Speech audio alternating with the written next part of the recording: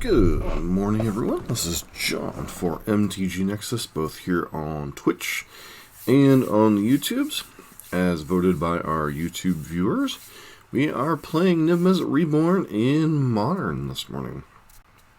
This is a list by Will Pulliam on Twitter, as well as a sideboard guide that he provided. Do not have much experience with this archetype. I've played one league in Pioneer, so this will be an interesting experience. As a friendly reminder, if you like what you're seeing on the channel, please consider giving us a follow here on Twitch, as well as a subscription over on YouTube. So, what is this deck trying to do? This deck is trying to cast the card Niv-Mizzet Reborn for ridiculous amounts of value, and then kind of going nuts from there. It is a mid-range deck at heart. It kind of goes over the top of some of the other mid-range decks. It's basically green-based with splashing about every other color. Obviously, when you're casting all multicolored spells, things like Pillar of Perun is useful. Prismatic Vista fetching up all your basic snow covereds, and then Arkham's Astrolabe kind of helps to tie all the mana together. In addition to that, you're playing things like Utopia Sprawl to help fix the mana, and then you're playing a bunch of other fetch lands, and then a bunch of shock lands to fill in the gaps of the missing colors.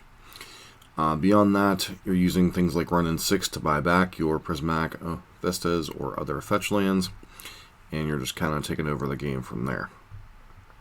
As far as other things, you have Assassin's Trophies, Abrupt Decays, Lightning Helixes, and then a bunch of other smattering of removal to keep you in the game while your Uros and your Niv-Mizzet Reborns kind of set you up, and then you just kind of bury them in card advantage from there. You also have Teferi Time Raveler. This card's almost never dead. It's especially good against the counterspell decks like Bant and Urza Uro at this point, which are the two main decks playing a bunch of counterspells. Kaya's Guile is a pretty flexible, albeit expensive card. A little bit slow, Graveyard Hate card. It's also pretty good against Burn, as I found out in a preliminary that'll hopefully be going up later today. Unmoored Ego has some random value against various combo decks, also pretty good against Tron if you can land it before they get their final Tron piece on the battlefield. Kolaghan's Command is just a value engine. Allows you to rebuy your Niv-Mizzet Reborns, Shatter, Discard, etc. This deck has a small Glittering Wish package. From what I've been reading of Will's sideboard guide, though, he often boards it out. So I'm wondering if this is just to have access to the particular cards in Game 1, and then he just boards those cards in Game 2 and Game 3. It's pretty much the main deck. This is one of the most expensive Magic Online decks I think I've ever rented. It's pretty badly eclipses the value of things like Jund and stuff even right now, so I think Will just kind of took the no-nonsense approach of I want 4 Run in 6, I want 3 Uro, I want 3 Niv-Mizzet, and kind of building around that. And it's really kind of hard to argue with that approach, because those are very much the value engines of this deck. And then beyond that, you're also playing some things like Mystical Dispute and such in the sideboard. Getting onto the sideboard. Sideboard is notably kind of all over the place. You have Veil of Summer and Mystical Disputes for counterspell decks. That's just kind of a given at this point, as well as Boil. You're not playing too many islands, so you can kind of get away with this. How many islands are actually in? You have a Breeding Pool, an actual snow-covered island, and a Steam Vents. So as long as you're careful with fetching your mana, your own Boil shouldn't affect you terribly much. Dovin's Veto also probably comes in those matchups. Just nice to have a counterspell you can find off Niv. Another Assassin's Trophy is a kind of a catch-all. Wheel of Sun and Moon. One of the matchups he noted was bad in some of his comments throughout the past couple days has been Dredge. So Wheel of the Sun and Moon. This card is kind of like Rest in Peace, but also kind of not. It's a really weird design for a Graveyard Hate piece, but basically it just keeps cycling things back into their library. You put into a graveyard, instead it goes to revealed and gets put on the bottom of their library. Kaya is a bit of just kind of a random catch-all card. Could be a little bit of life gain, could be a little bit of removal, can be a win con late game. Ashiok, this card needs an introduction. Unmoored Ego, once again, the same reasons it's in the main deck. It helps catch against different combo pieces, Primeval Titan decks, Tron, etc. Supreme Verdict when you need another sweeper, and Niv-Mizzet Reborn, we're going to be playing a more value-based game against some of your fellow mid-range decks. So that is pretty much the deck. It's an interesting pile. We'll see how it does. Keeping in mind, I've never played this deck before in Modern, so we'll see how it does overall. Yeah, so Twitch. Why is my Twitch thing popping up here? Okay, there we go. So, all right. It's an interesting deck. I've played it in Pioneer before, but that was more of a... The decks are a little bit different. Like, that deck is more based around some accelerants like Golden Goose, or some are running like Arboreal Grazer, or the primary one being Sylvan Caryatid, obviously. So that deck's a little bit more mana dork dependent. This one's a little bit more dependent on the actual factual mana to be there, and just using interactive spells to get to that point, other than obviously take a look at this hand. Sure, opponent, good luck. Presuming this hand's a keep. Obviously want to get a... I can fetch up a...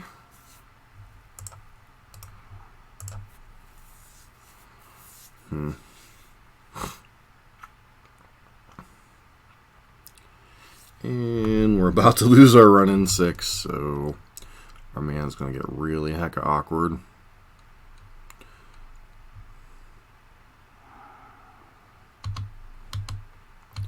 So I think I'm not going to fetch until I have a better idea of what I want to do.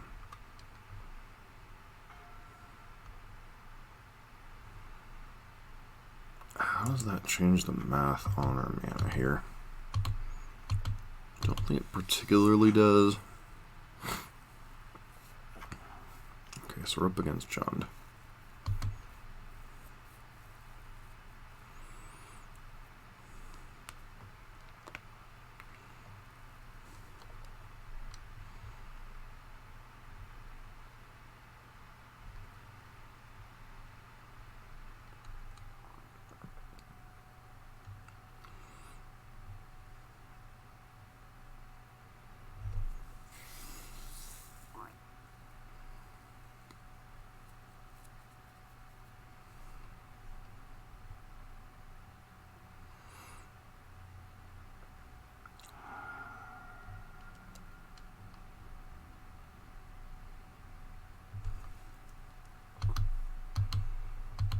I think I fetch Steam Vents with the 1,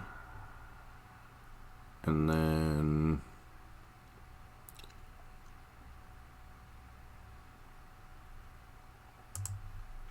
there's no way for me to fetch white with this, is there? No, I can't fetch white with this, so I guess we get Breeding Pool or Overgrown Tomb.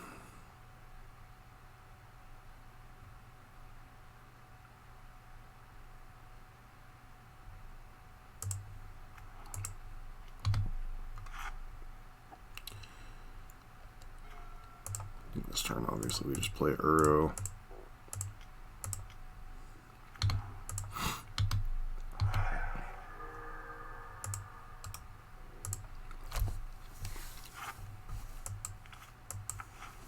It's possible it was greedy keeping a hand that was basically entirely reliant on another discard spell. Oh, we're gonna get Lilianid. Okie dokie. Not that that's too shocking.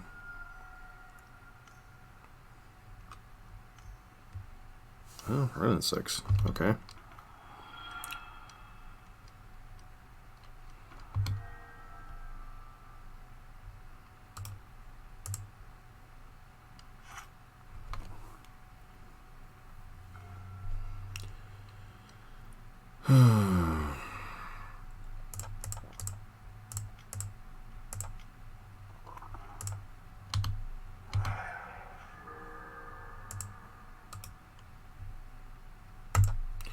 Apparently we're just going to lose to nothing land drops.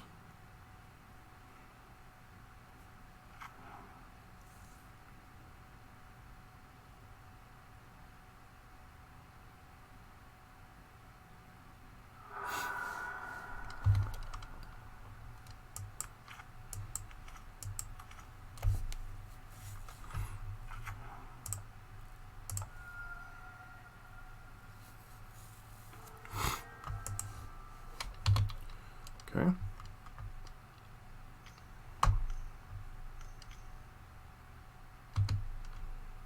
Bloodbraid into Maelstrom Pulse. Okay. Kind of a blank.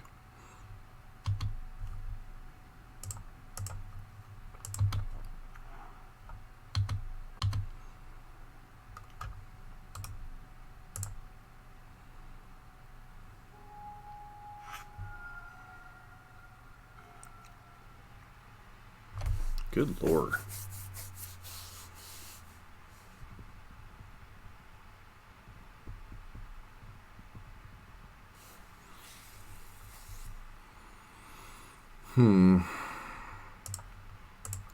This game's almost basically lost. I think I'm going to go ahead and name Liliana of the Veil and see what is all going on in their particular build of Jund. Bolt, Bloodbraid, Croxa, trophies, Inquisitions. They're on 1 Scavenging Ooze, 3 Croxa.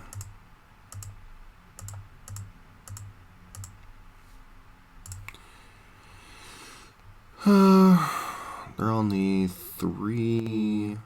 No, they're on the 4-2 split.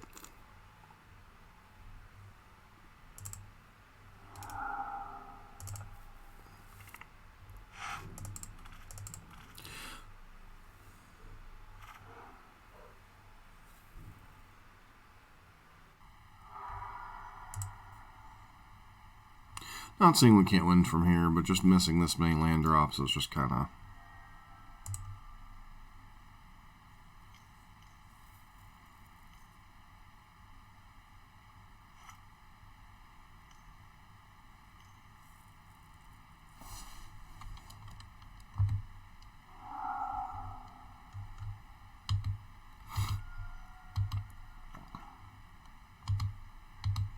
Just match Bloodbraid. It's tisk tisk.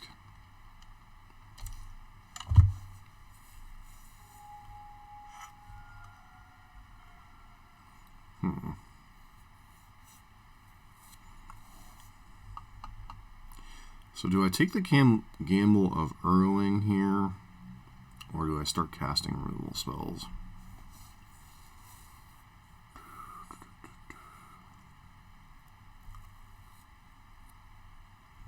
Because if we Uro and hit another land drop, we should be able to cast at least Assassin's Trophy this turn.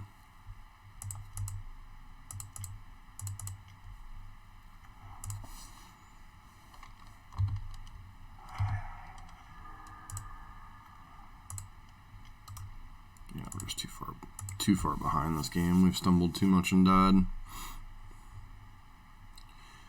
Guess that's what happens when you keep a hand that's dependent upon running 6 and then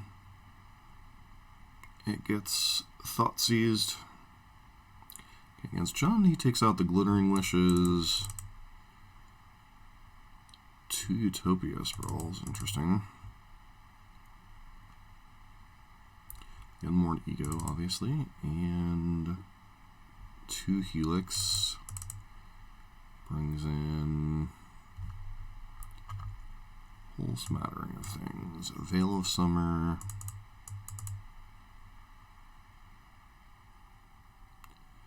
Brings in the Veils. He brings in Trophy, Niv,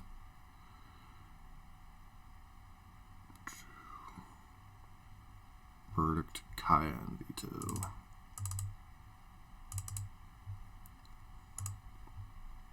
Makes sense. You're going down the tutor package. That way you're not wasting your time tutoring up. You're bringing in the stuff that you would have tutored for, potentially. Basically all your value stuff. Kaya helps get rid of Croxa and stuff. You bring in your 4th copy of Niv-Mizzet. Basically, it all makes sense what he's doing. Going down on the cards that aren't great in the matchup. Like, Unmortigo obviously doesn't make a lot of sense. Lightning Helix doesn't kill a lot of their threats other than Bloodbraid Elf, and at that point, the Bloodbraid Elf's already gotten its value. This is very much, at least as long as you're hitting your land drops, this is very much a value-based matchup. So...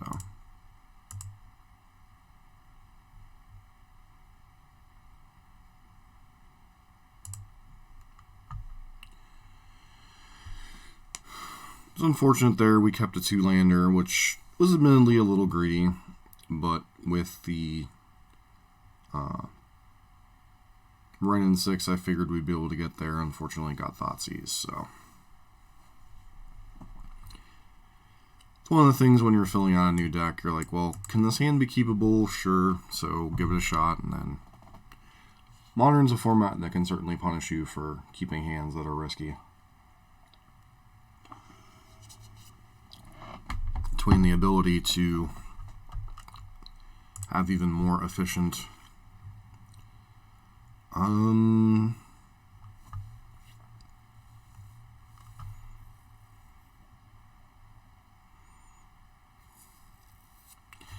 Sand's a little risky.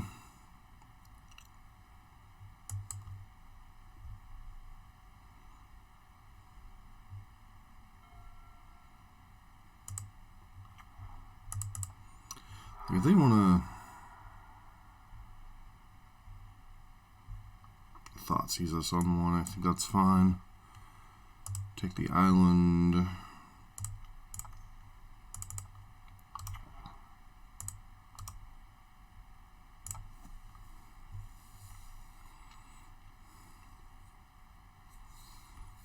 Don't think shocking an Overgrown Tomb helps us out much, and I really didn't want to fetch basic forest here.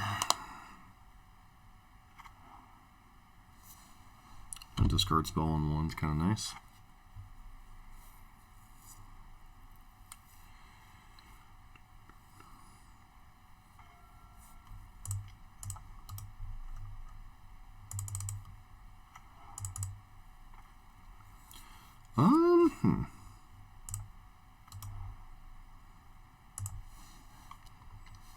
Just pass the turn.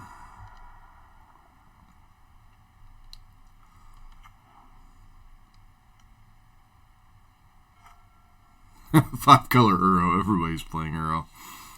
There's definitely a lot of people playing Uro. Kind of hard to argue that point.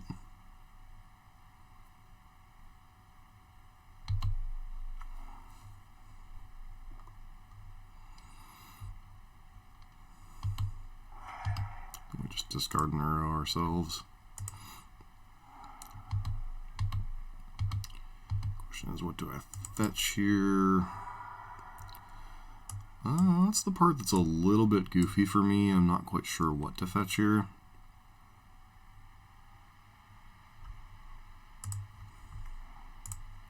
I guess with the Astrolabes, it doesn't matter terribly much, but still feels like it could be reasonable.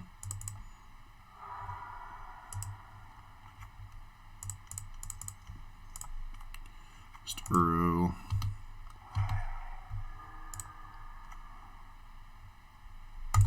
Hey, I wonder what I'm representing. Anybody have an idea?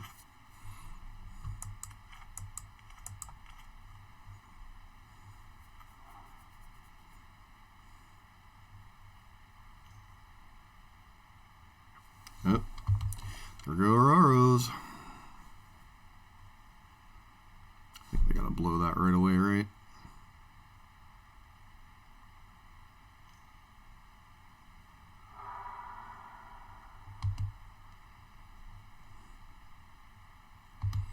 Losing two of Aurora certainly hurts, I'm not going to lie there, but...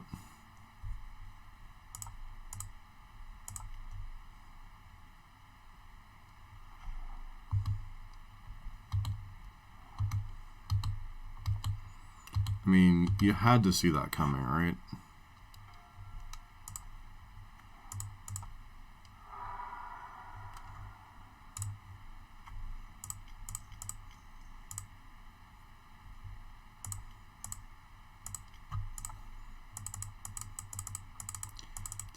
get Niv here.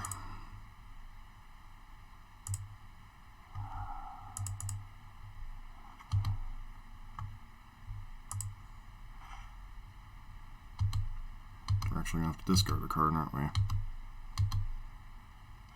Nope, exactly 7. Cool.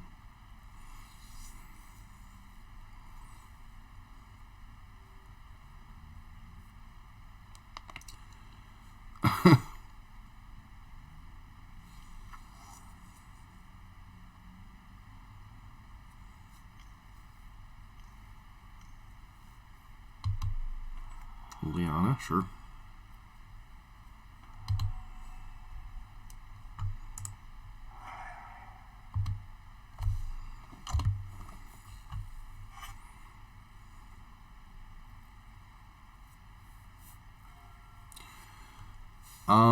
I just drew 4 cards and you're going to tell me Niv isn't really worth the effort?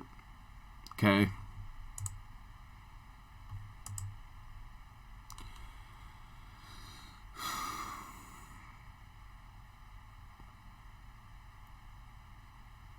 I guess we just pitch a trophy or a verdict here? Feels like maybe it's verdict.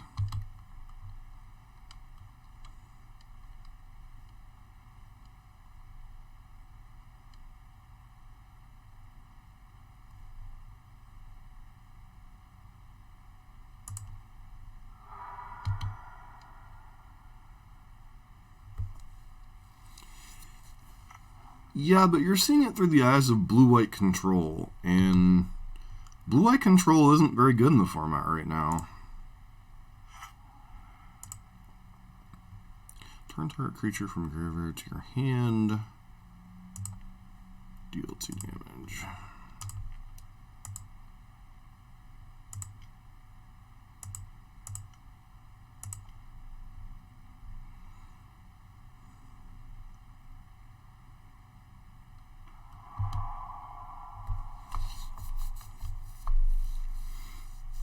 Besides Dreadbore, I'm just playing it to have fun, in all honesty.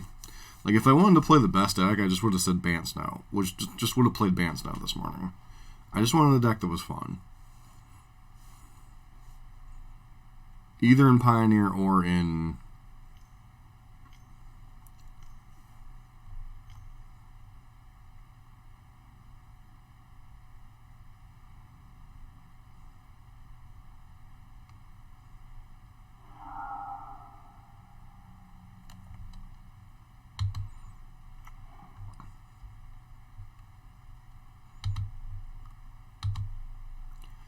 What am I pitching here? A trophy?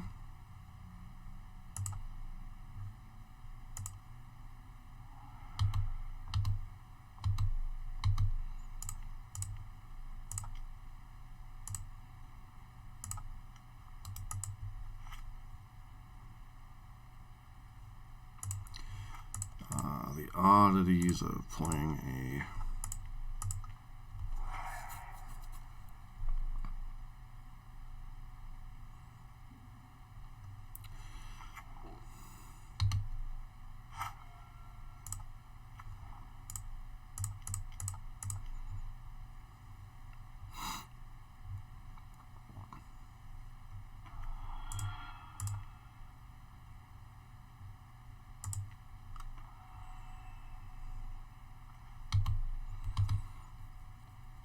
Just hold up Kaya's Guile and Dovin's Veto this turn.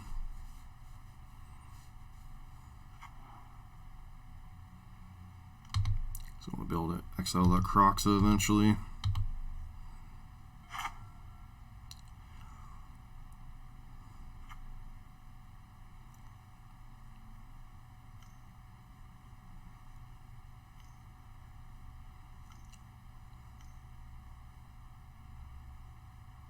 Master, sure.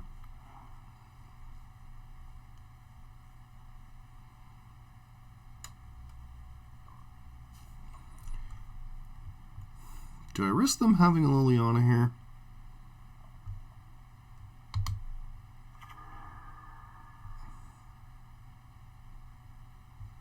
Because that was certainly the bait spell, it felt like. So I want a Guile to get rid of this Croxa, but I wanted to kill Huntmaster because all we're going to get with the token is the token if we... Pitching the Verdict seems like a really bad idea now. Oh well.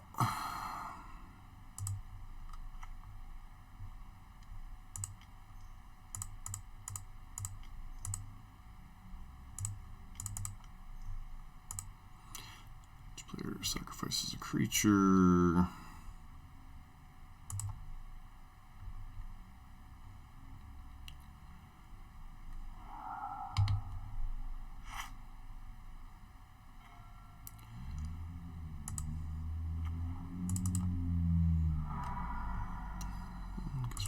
Forest here. So doot.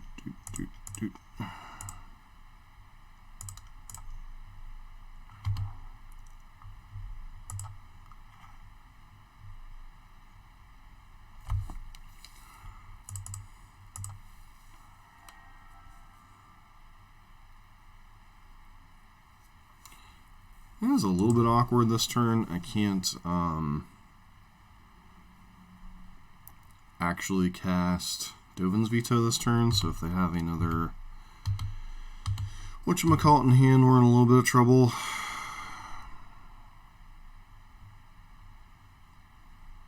What am I even pitching here? No, this is game 2. No, I'm not worried about Huntmaster. Like, legitimately, I could care less about Huntmaster on this board right now.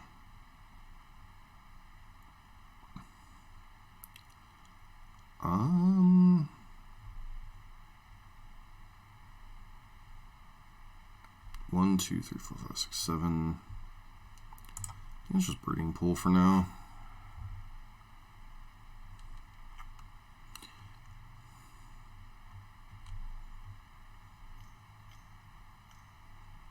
Let me guess, Liliana?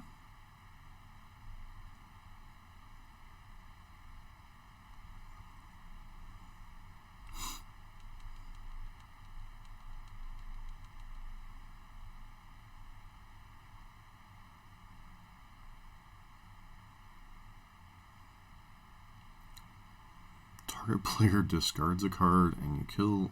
Okay, sure.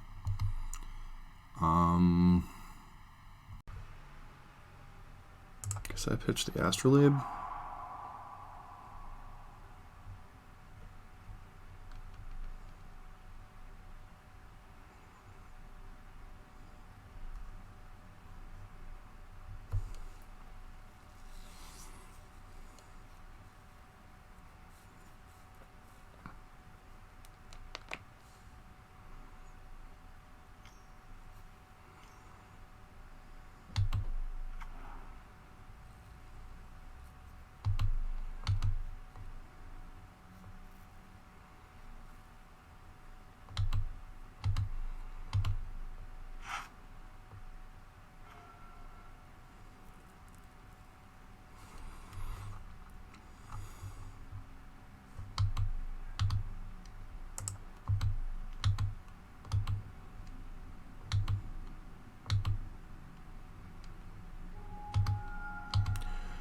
One, two, three, four, five, six, seven. I'm one short of doing everything I want to do, so I think I'm just going to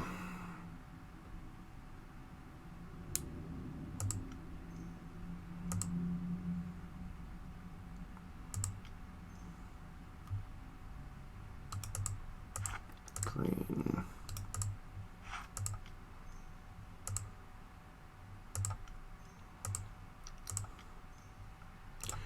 Just going to do this for Supreme Verdict.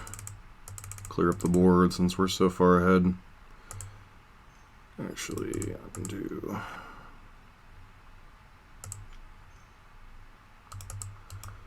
Gotta tap better now that I got discarded that one Astrolabe.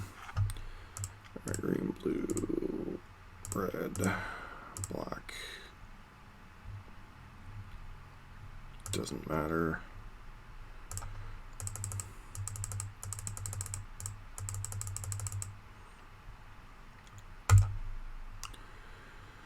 Good Supreme Verdict.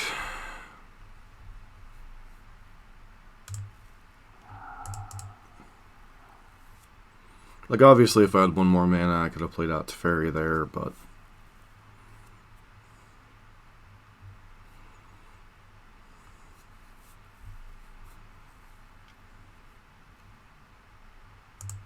Why would you Bring to Light of all cards? Keeping up combination of Abrupt Decay and Dovin's Veto here.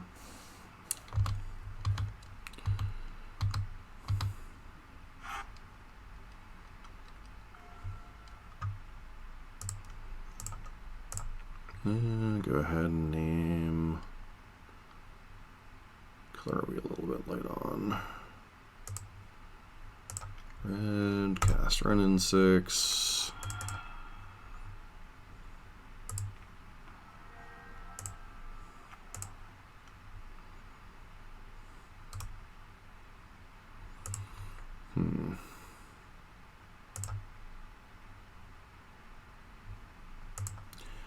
Actually, I think I should name blue here, because I'm really light on blue mana right now. We'll just pass here.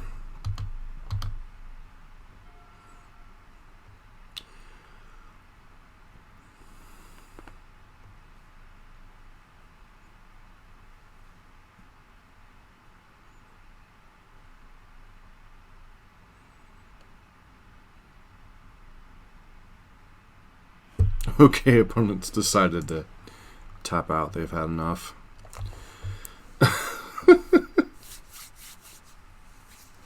I have no idea what I'm doing, and I still feel like we just annihilated them that game.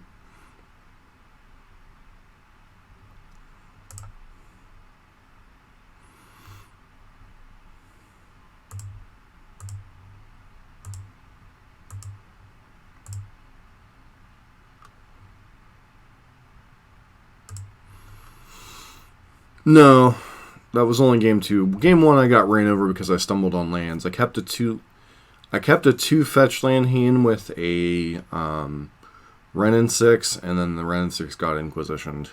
So I kind of stumbled on mana and died. I cast 3 arrows and I only end up with 4 lands in play. So, you live and you learn.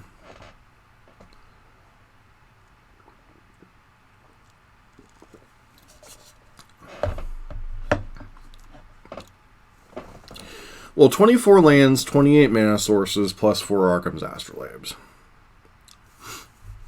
Because don't forget, Utopia Sprawl is... There's 4 Utopia Sprawl in the main deck.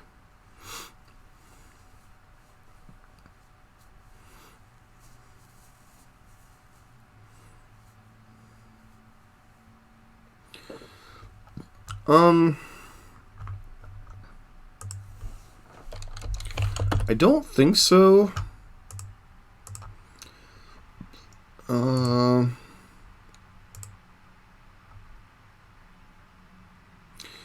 most of the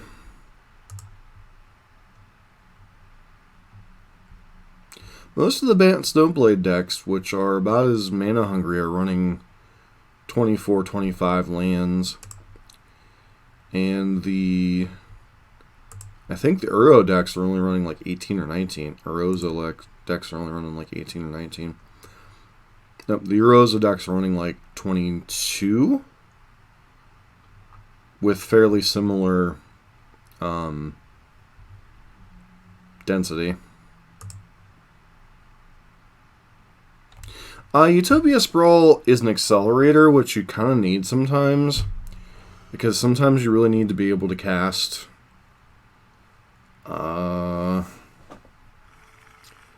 This is a hand of magic cards.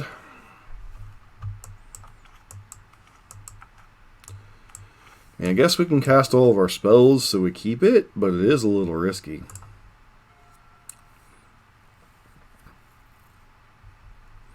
Like, we're going to get Thoughtseize or Inquisition some portion of the time anyway, so... Yep. I get Kaya's Guile. Oh, it definitely is. Don't get me wrong, but against the Thoughtseize Inquisition deck, you can't really mulligan towards quote-unquote better hands.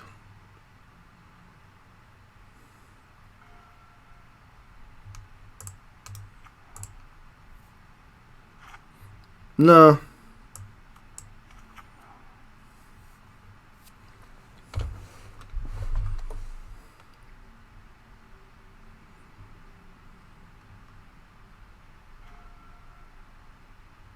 I mean, don't get me wrong. This hand had the potential to easily get run over. But the thing with Jund is Jund's actually slowed itself down with Kroxa. It's more powerful, but I think it's actually slowed itself down a little bit.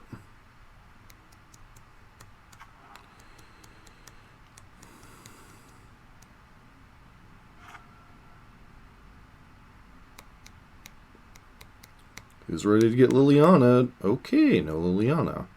What kind of hand did you keep, friend? Kolaghan's Command. Oh, Fulminator Mage. Well, that's a card.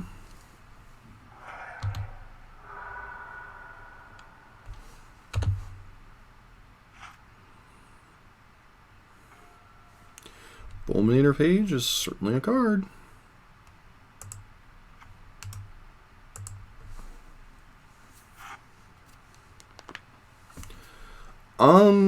Potentially.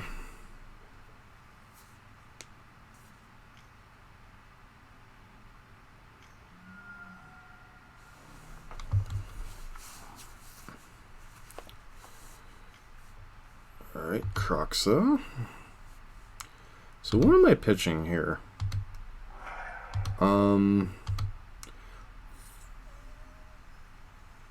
Feels like I'm pitching either Bring to Light or Niv. Feels like I want to pitch a Niv for right now.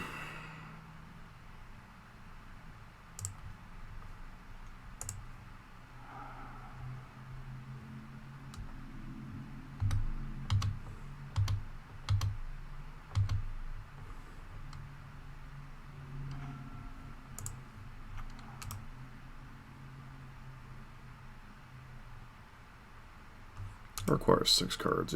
5 cards. All right.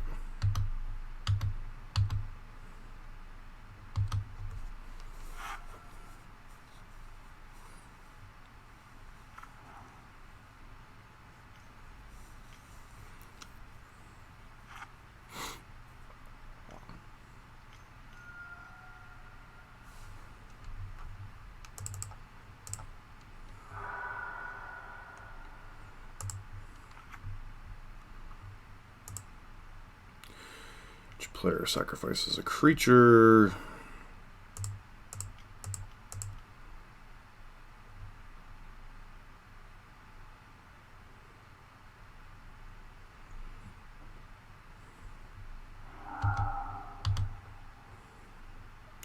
That's a little rough.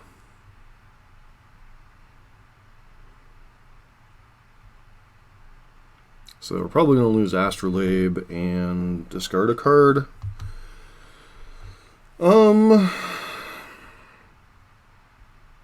Guess it's just Veil at this point.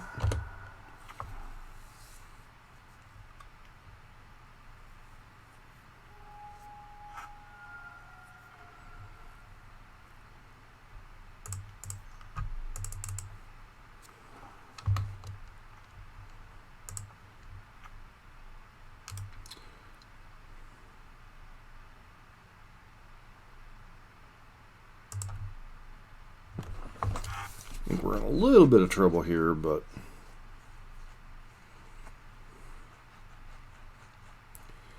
depends on what's left over in their hand.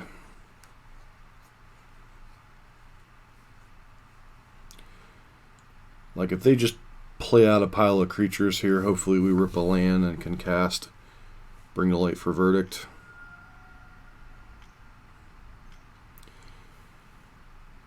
Okay.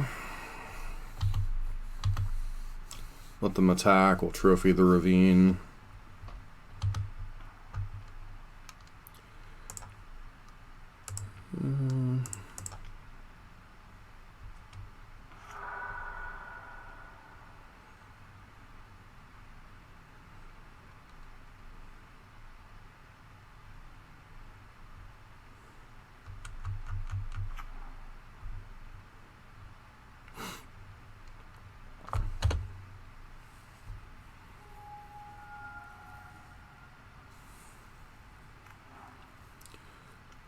Alright.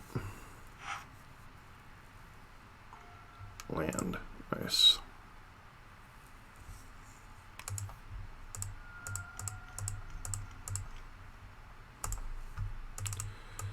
At this point, we just go get Niv.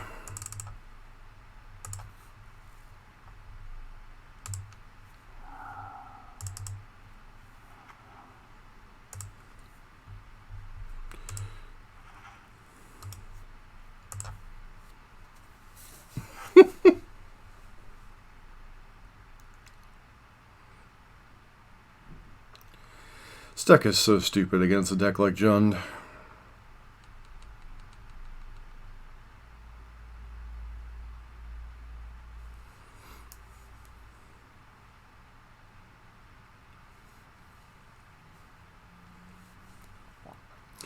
Well, the difference is Dreadbore is at its heart.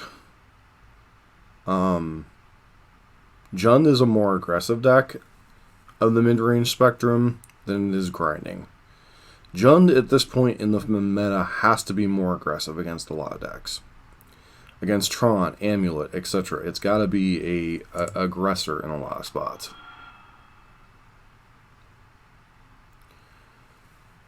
It plays Prismatic Vista and some smattering of other stuff.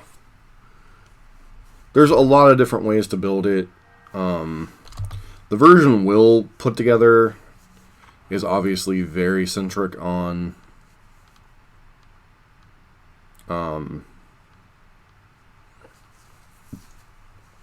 Uro, Renin 6, and whatchamacallit. I played against a version in the preliminary with Burn that was only running like 2 Ren and such. It's a rather expensive deck. I'm not gonna sit here and say it's not. What's your last card? Another Fulminator?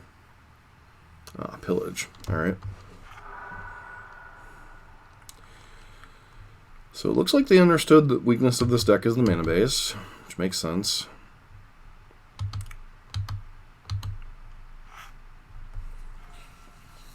So, what is my best play here?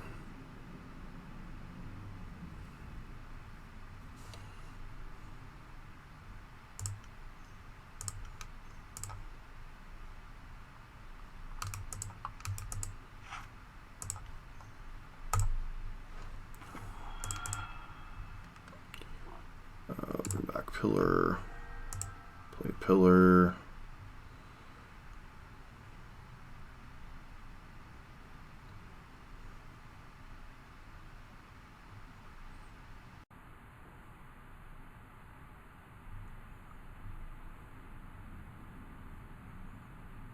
Like, the problem is if I attack, I'm in a world of trouble right now. But I don't want them gaining endless value from the Renin 6.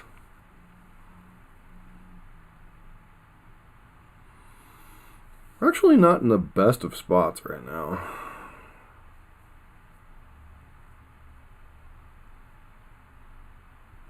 Oh, are you unemployed right now?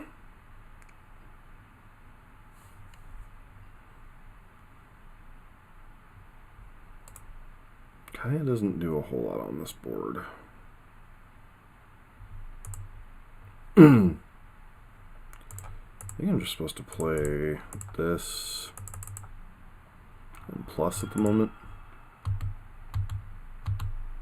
Hope they don't rip an answer.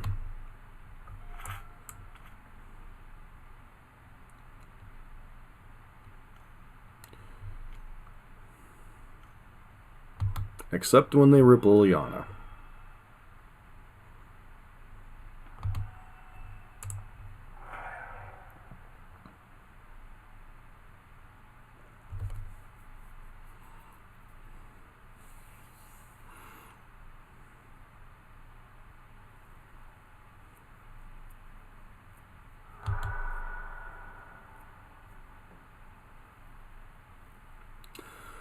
It depends on what they do here.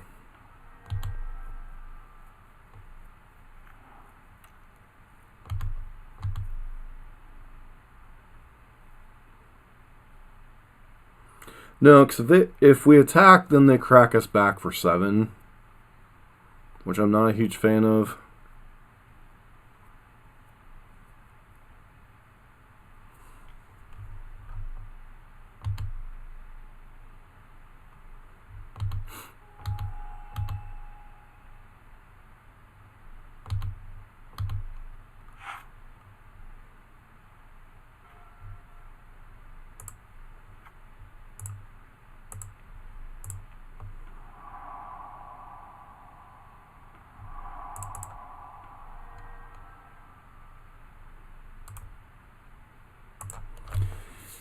We'll just end of turn, bring the light for Niv.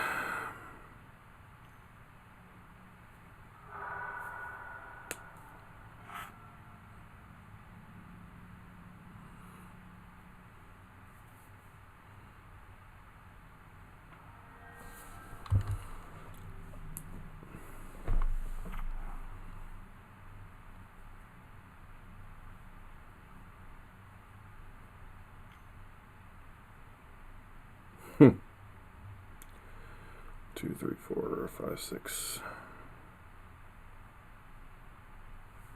Of course.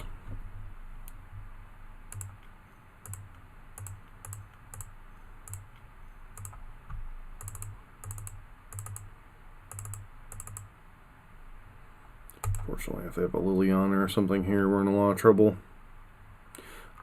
I'm just debating what I was whatchamacalliting for here. I guess it's just Niv.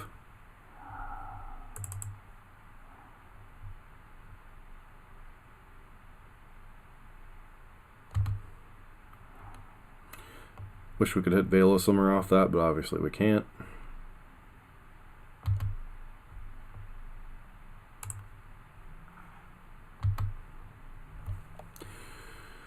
Alright, what would you like to take?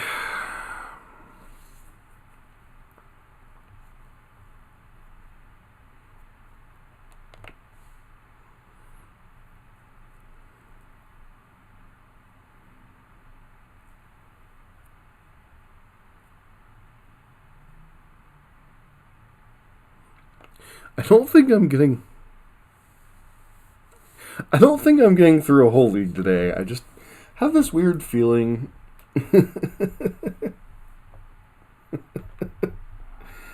What did they take? Discard Assassin's Trophy, sure.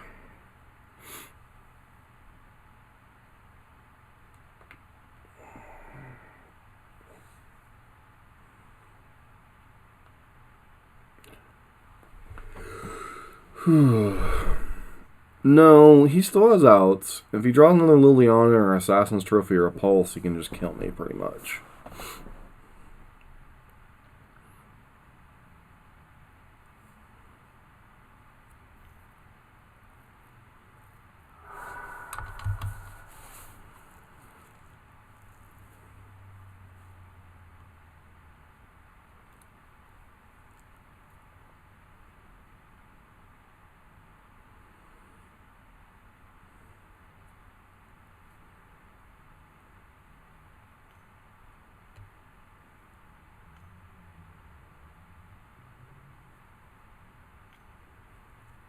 Their pillage?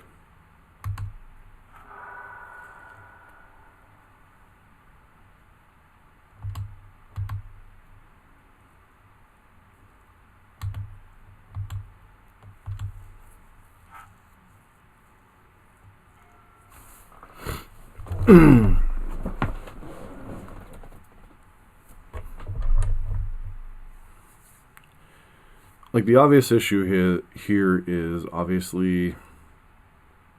No, actually there is no real issue. I'll just swing at Ren.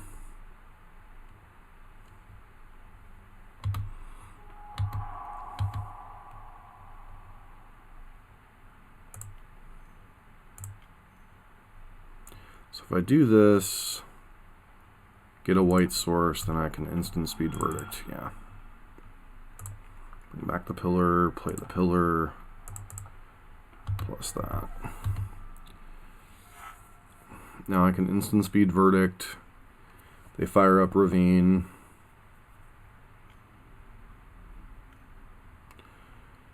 Master, sure.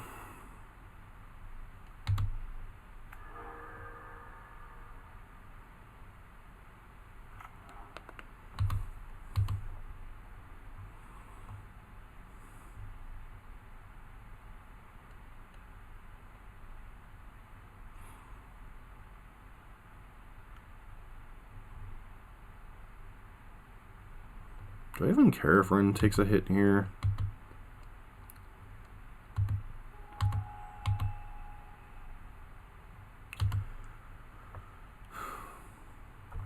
Do I verdict at the end of turn here? I think the answer is still no.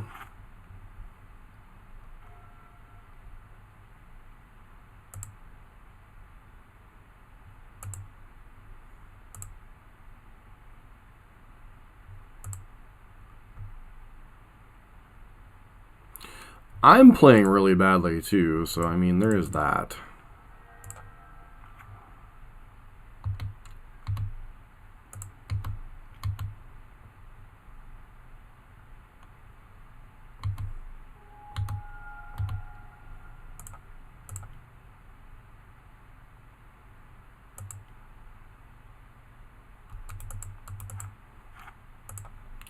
Okay, so how do I...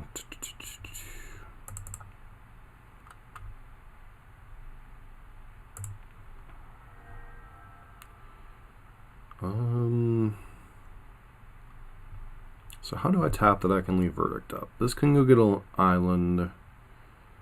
That. So I can still cast Kaya, right? Island, multicolored spell. That. Yeah, I just want to cast Kaya here.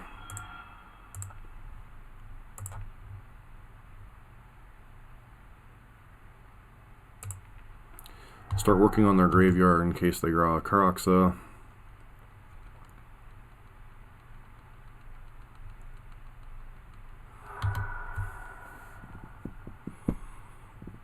Yeah, I agree they should have given up the value plan at this point, but...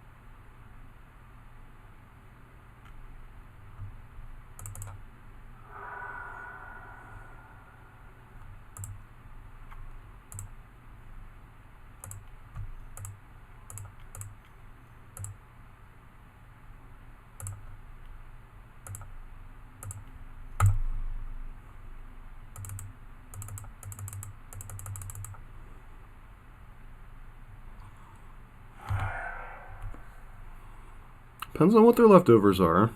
We're still not out of the woods yet.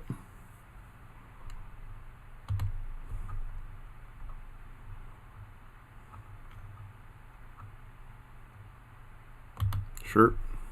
Get my veto.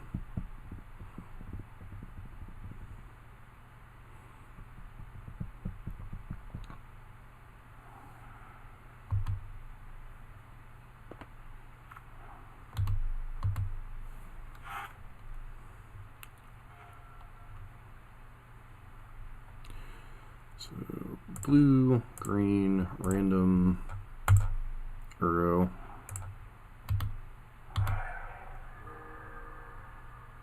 Shock in the blue.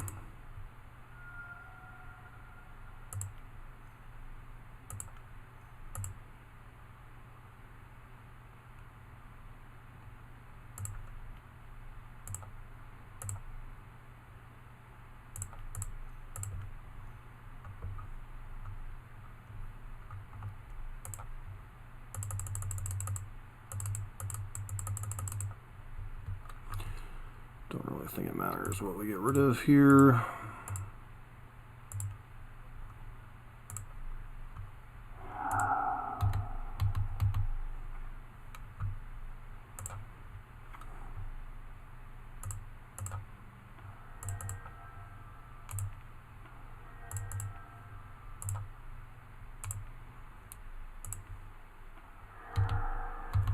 And they're just dead next turn.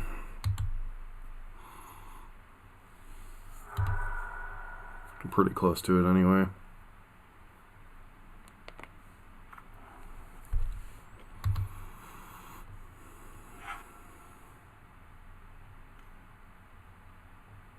Sure.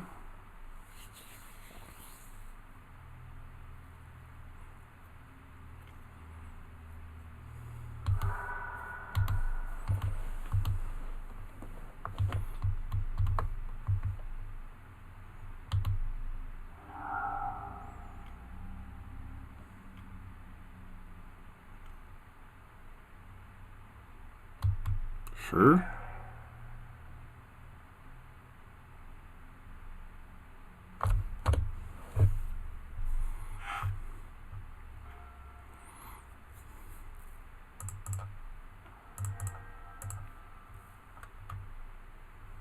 Actually, no, they're just at 8, right?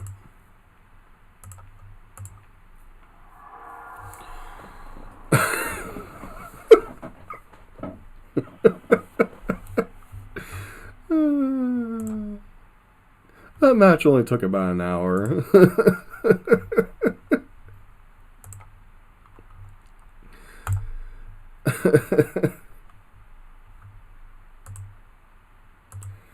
Oh, man.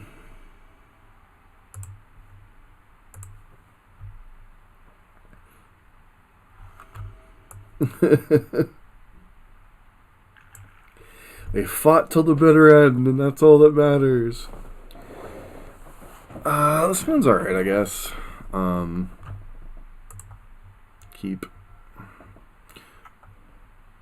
Oh, man. I'm getting through 2 matches this morning, aren't I? Alright, so I guess we fetch Tumble Garden. Just in case this thing don't resolve.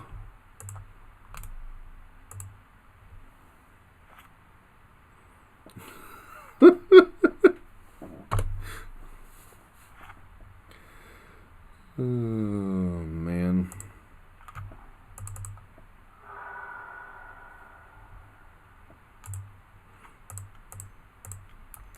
I don't think this is resolving, but we can at least try, right? Hey, there's a shocker, right?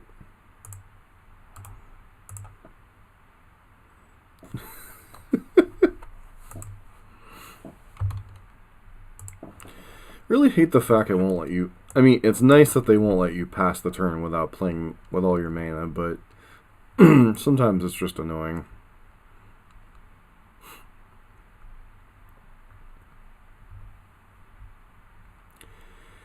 Wonder if we're up against Bant or if we're up against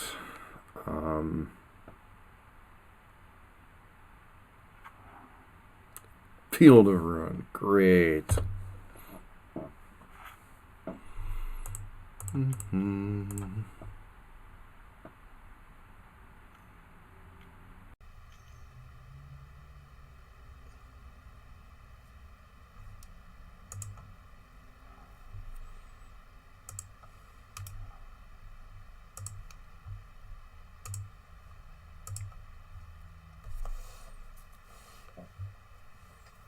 Field of Ruin was definitely a reason to fetch.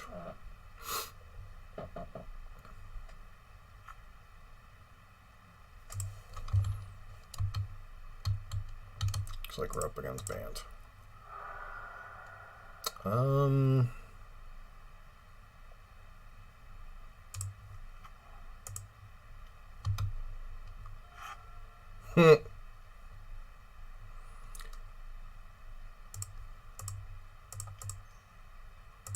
That ain't resolving, right?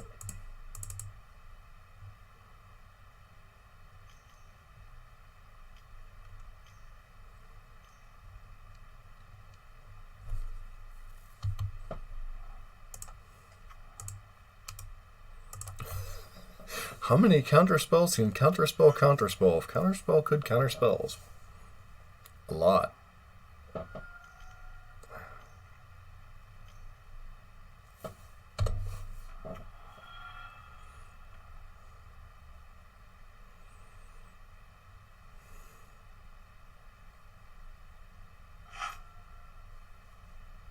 So what do we even bring the light here for? I guess we just cast Niv.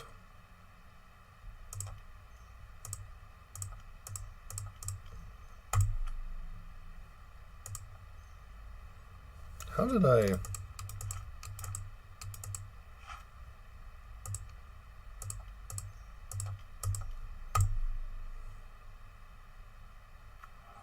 Hey, we actually had a resolve spell.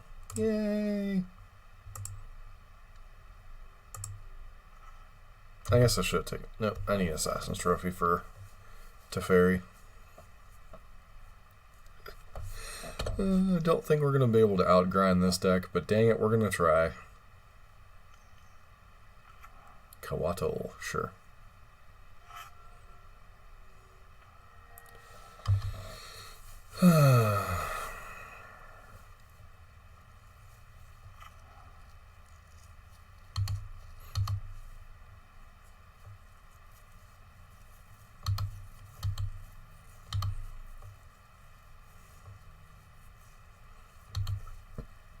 I'm honestly surprised they didn't...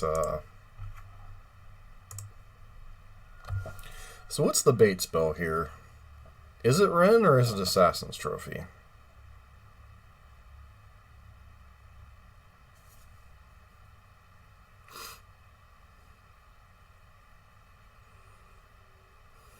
I guess... No... Yeah, because they could have Path, so Path would definitely blow that up. So... Red... Green...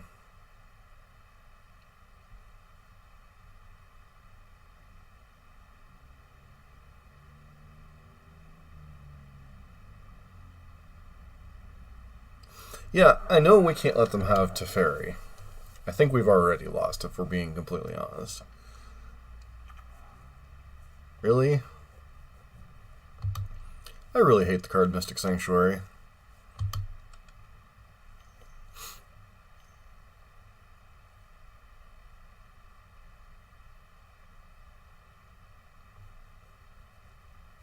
Okay, in response to that... Trophy you.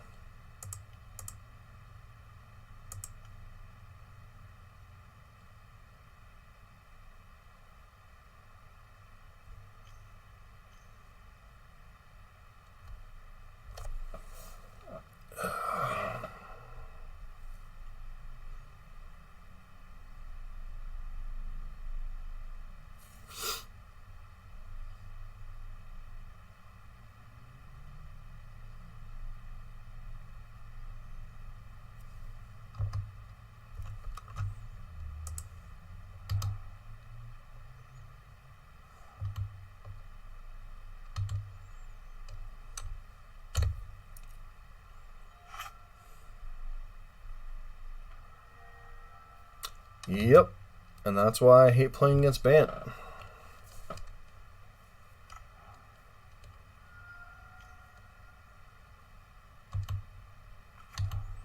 There's a reason this is the best deck in the format.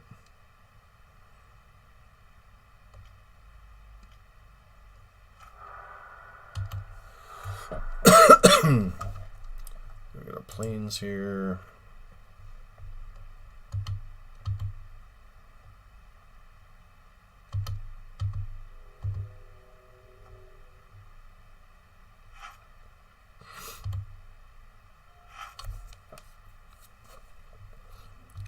Indeed. That is in fact what the deck is. Alright, Glittering Wish is the bait spell. I doubt they'll go for this though.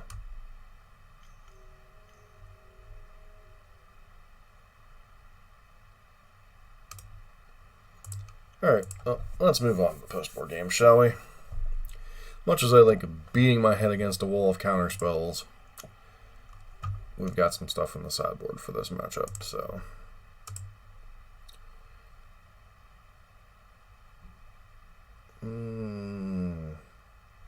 They're on Bant control. Get rid of the Glittering Wishes. Get rid of the Lightning Helixes.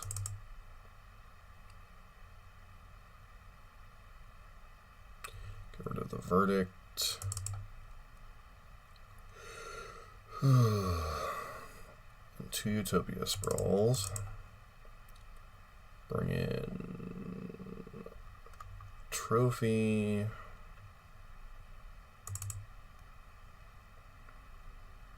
Niv, Veto, Disputes, Veils.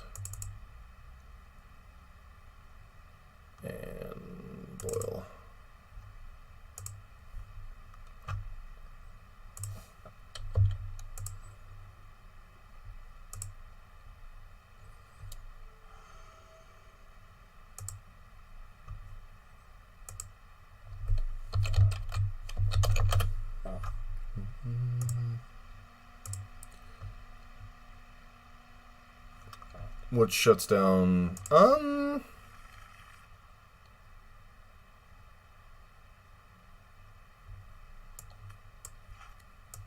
Is this hand good enough? Yeah, I think so, because Arkham's Astrolabe is pretty much guaranteed to resolve.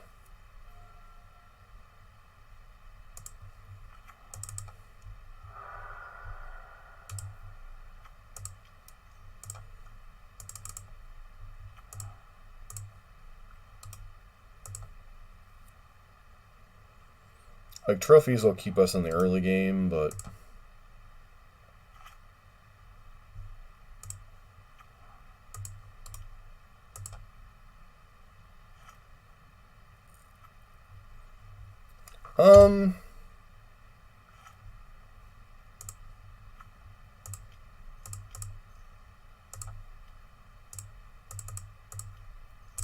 It'll be a nice little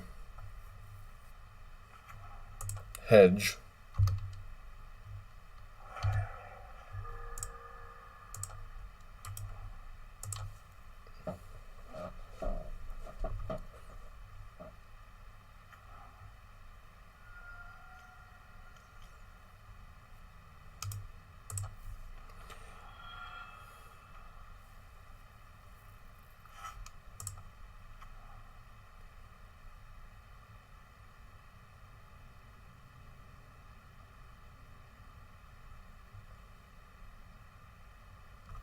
I think because I already have the Abrupt Decay in hand, I'm just going to go ahead and Niv this turn.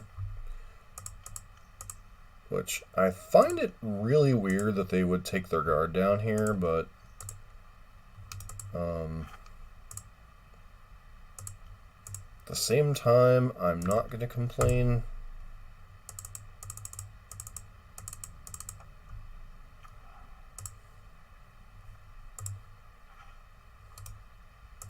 Only 2 there, that kind of sucks. So I want to thank everyone for hanging out this morning. If you're new to the channel, please consider giving us a follow. Also, if you like modern and pioneer content, check out our YouTube channel, which link is down below.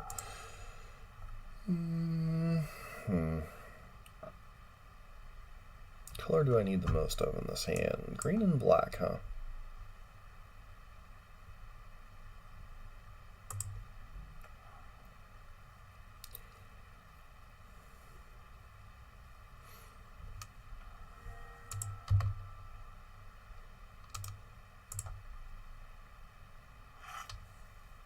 Alright, I think that seriously necessitates us abrupt decaying that.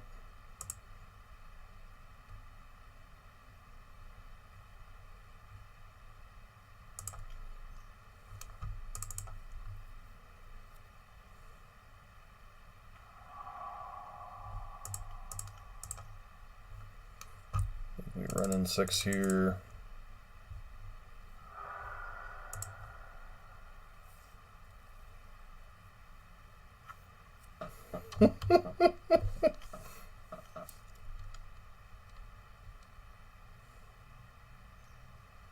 I think you mistapped for your Archmage's Charm, friend.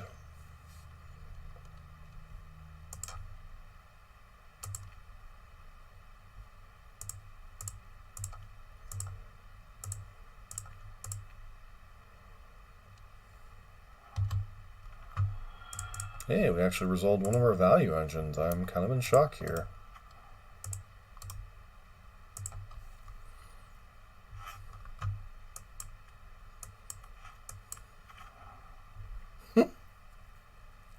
They resolved their value engine for free.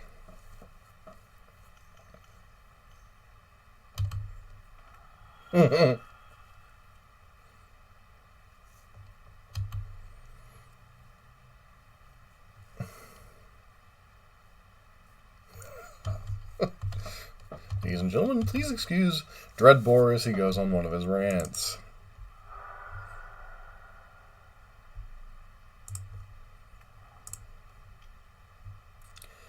Actually, that was a mistake. I should have trophied there at end of turn.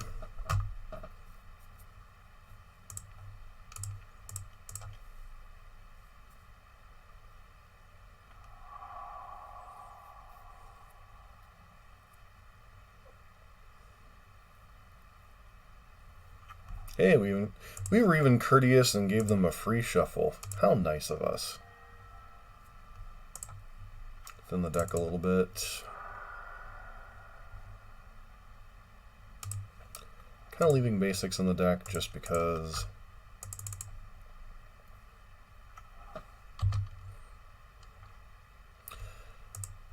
That's a good one, yeah?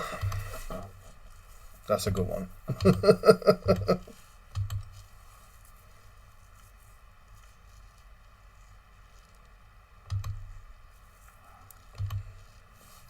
I mean, that one's annoying, but it kind of like gets answered fairly easily. I wonder if they're going to be dumb enough to fire up Colonnade here.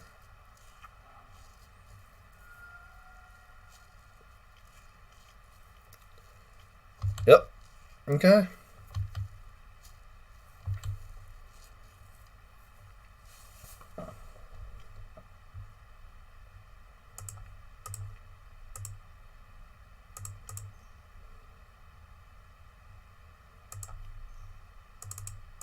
I don't like using Assassin's Trophy on these kind of things, but... okay.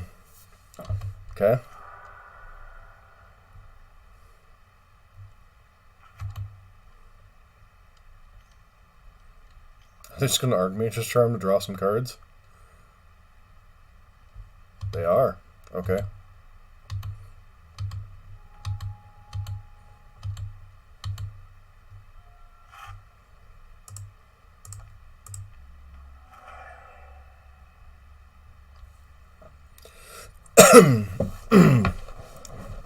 So I'm kind of, honestly, a little bit dumbfounded that they are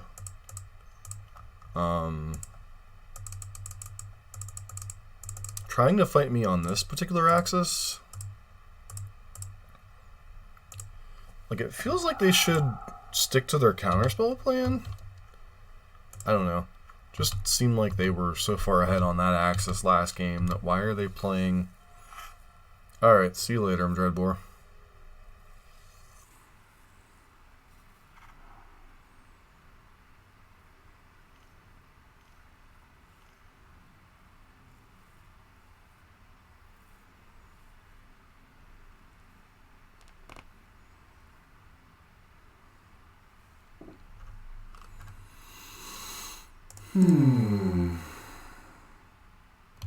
Yeah, it's a thing, unfortunately.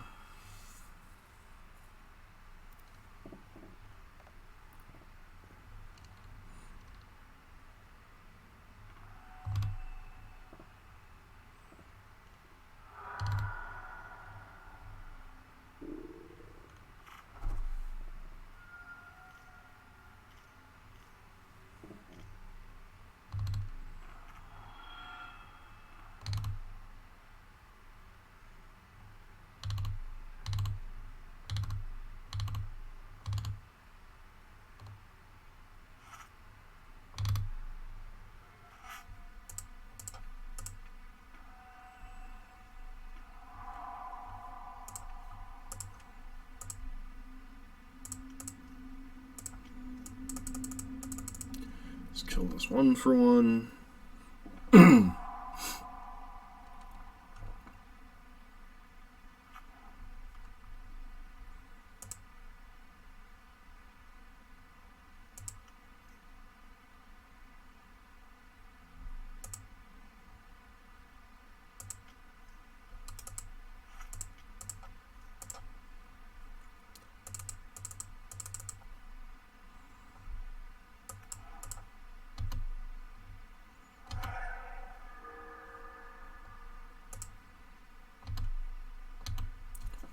We obviously wait until next turn to cast Niv.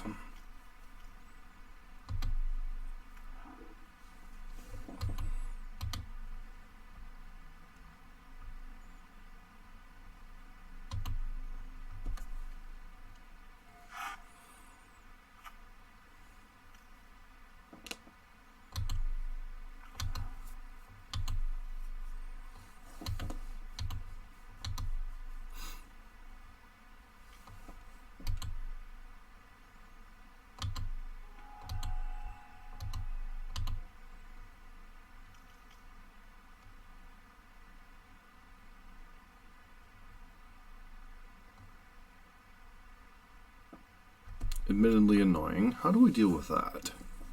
And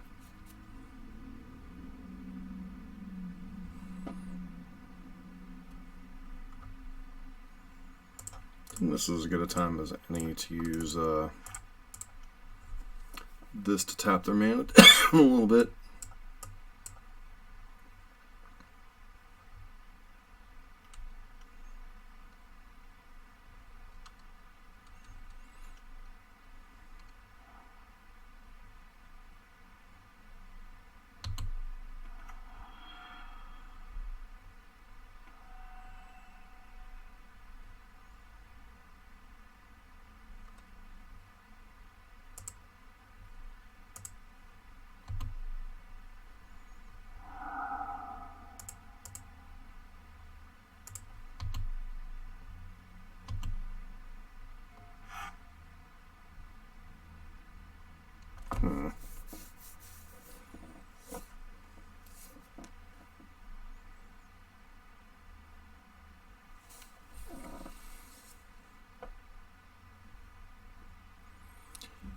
So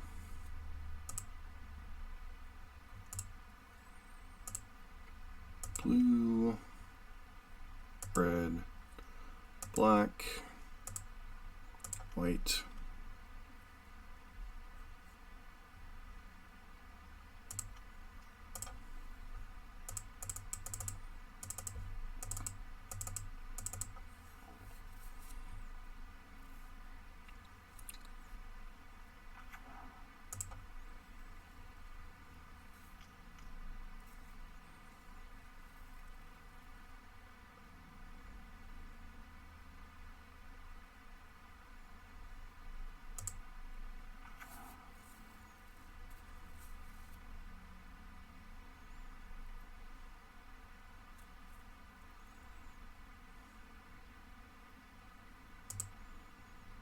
yeah, sure. I don't particularly care about Path to Exile this turn.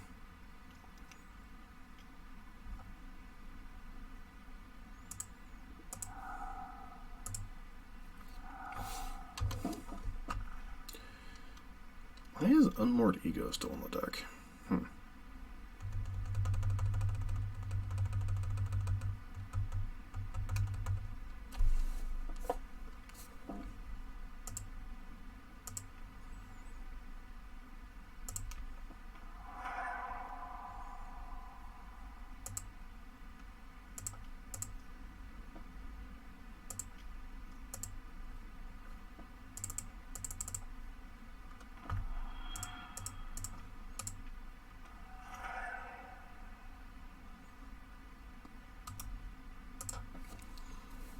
I think I can afford one more Ashiok Mill here.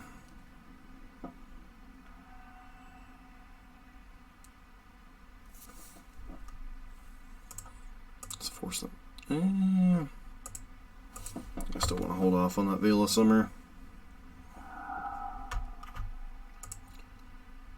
Okay.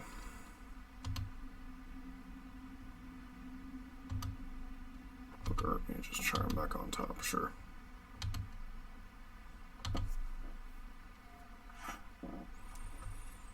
Kolaghan's Command, target player discards a card.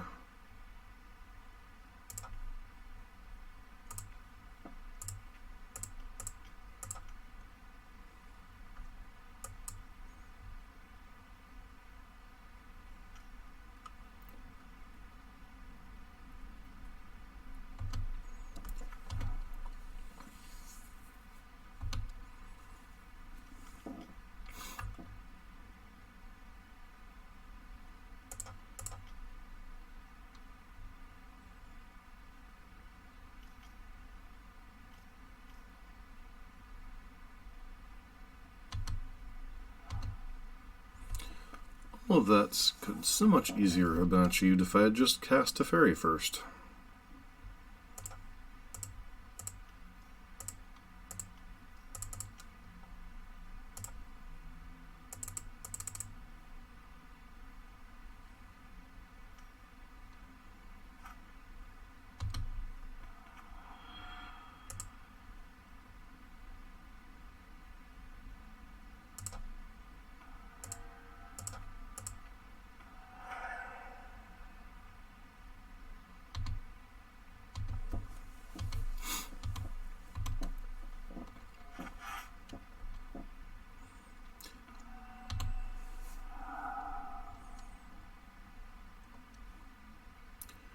1, 2.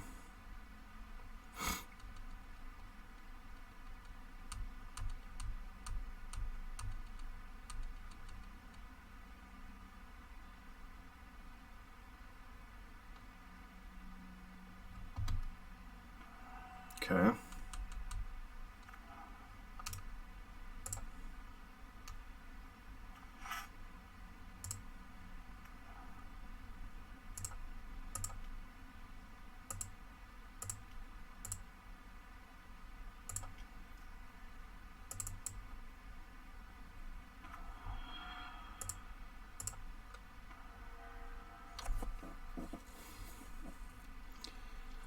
Huh.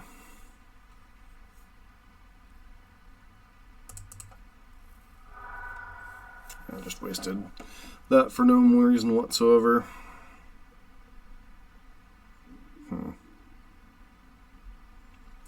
So blue, blue.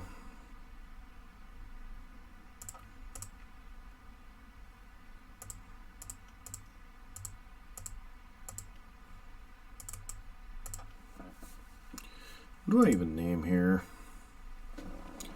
1, 2.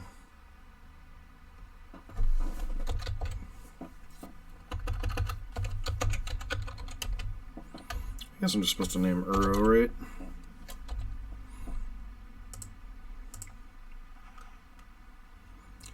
Path and Flusterstorm. Alright. Got some basically Teferio Hero Dominarias, a bunch of counter spells.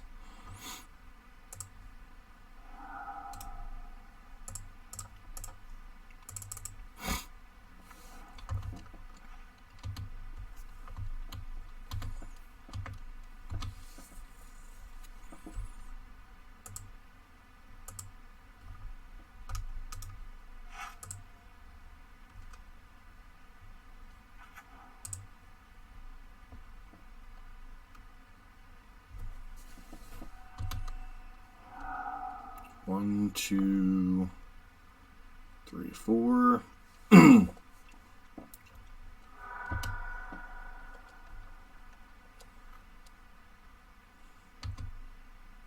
So I basically have one Uro left to try to win the game with. Don't know if that's going to happen.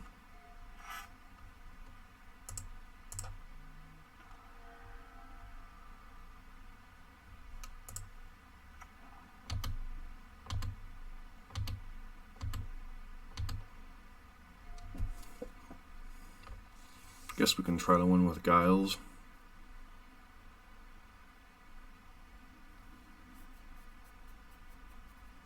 Okay.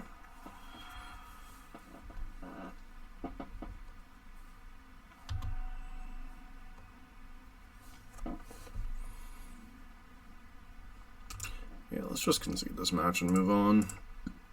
Like, I could potentially win this game, but then we're so far down on time. It's just not really worth it.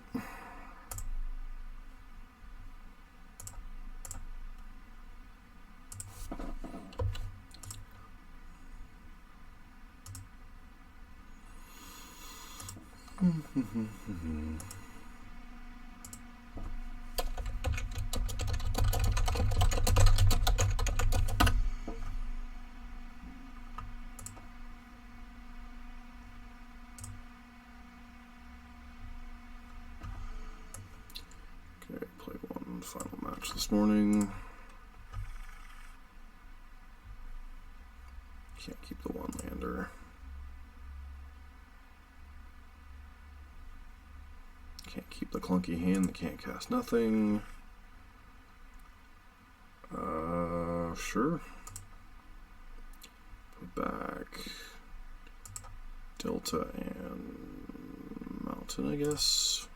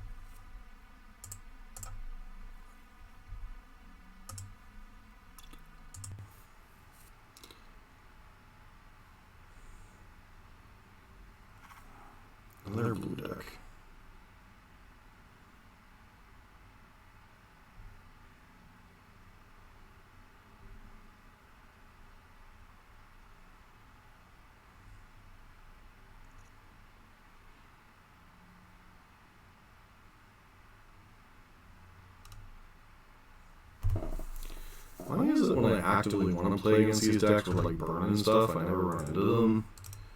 As soon as I start playing a mid-range deck, I run into like every blue deck in the format.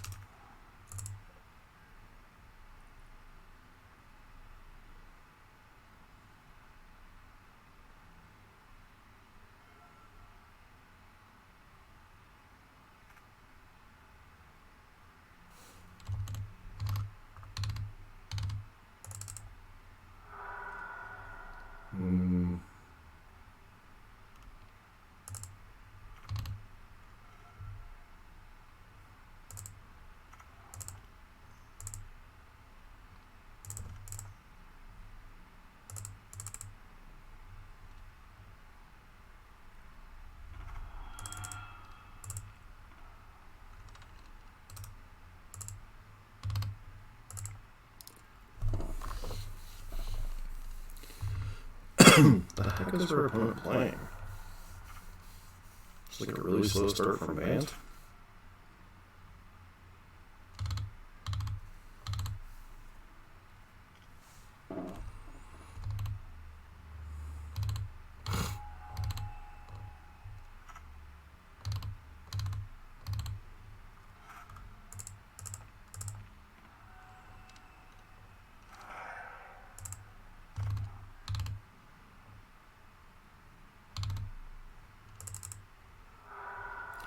I think I'm supposed to jam Niv here, right?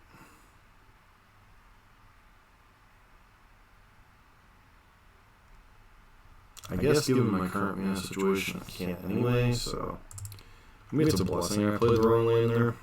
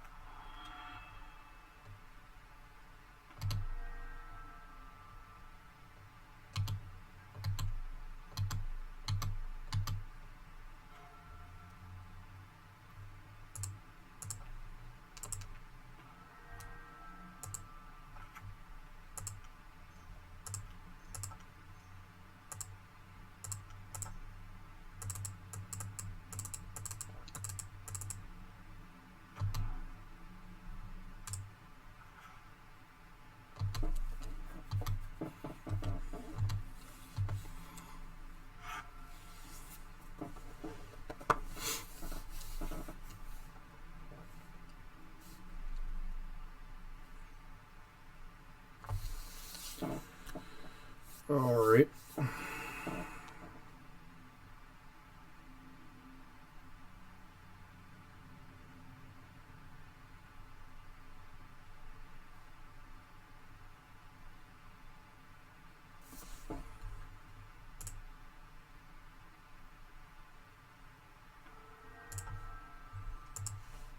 Sure.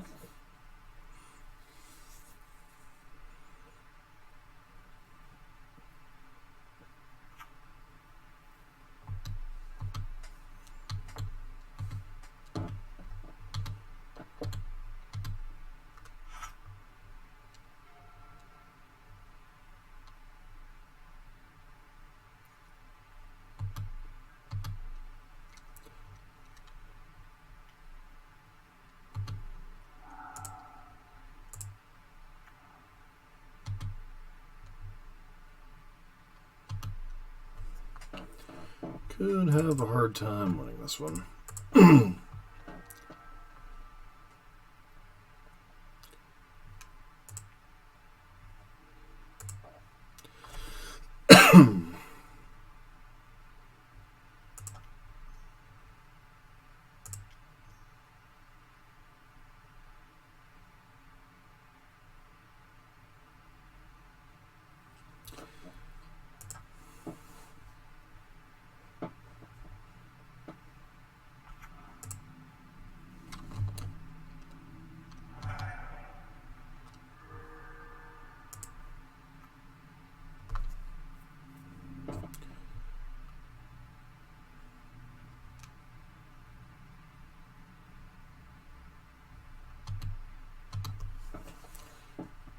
pass turn here.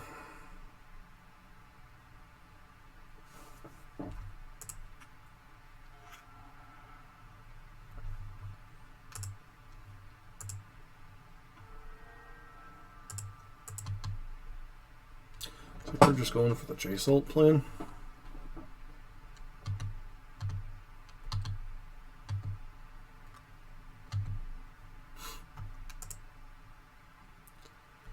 So all cards.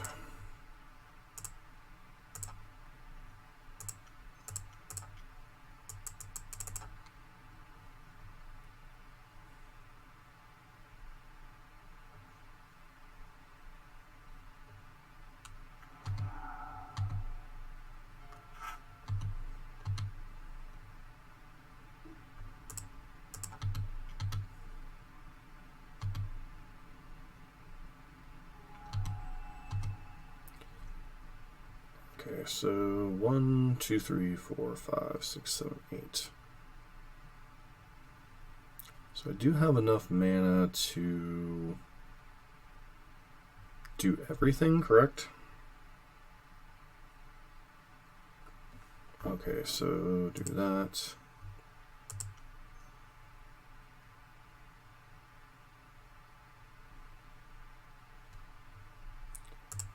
Start with Unmoored Ego.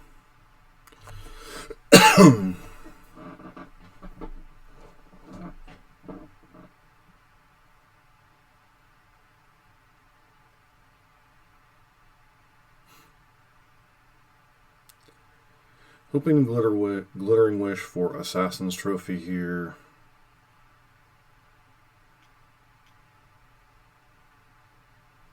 Okay.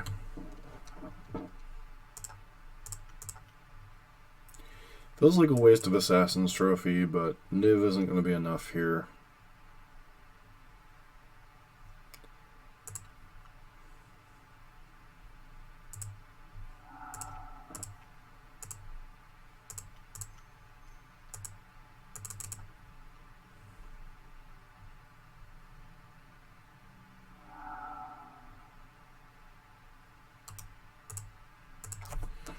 Alright. Well, we tried. So, Bant again. Alright, Glittering Wish is out. Helix's out. Verdict. And a couple of the Sprawls out. Bring these guys, bring the Boil, bring the Veils, bring that. Curious why he leaves in Unmoored Ego, but does have some applications, I'm not going to lie there. And then the final Niv, right?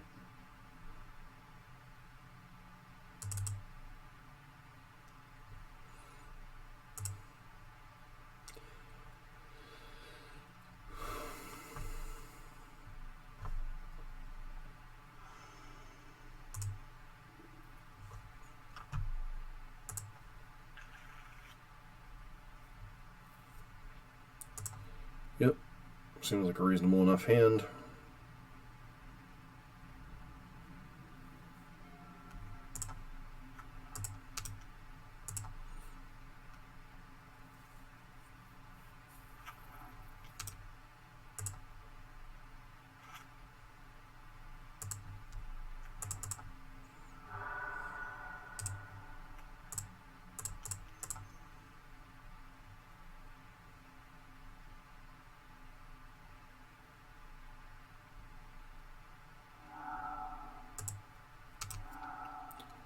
All right.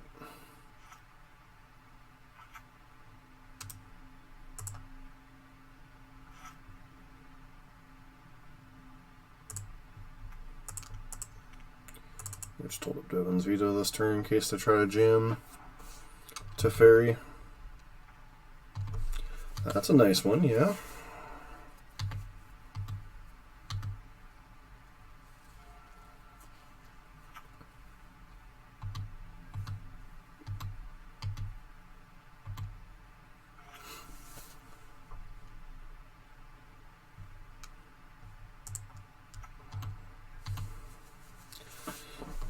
Okay.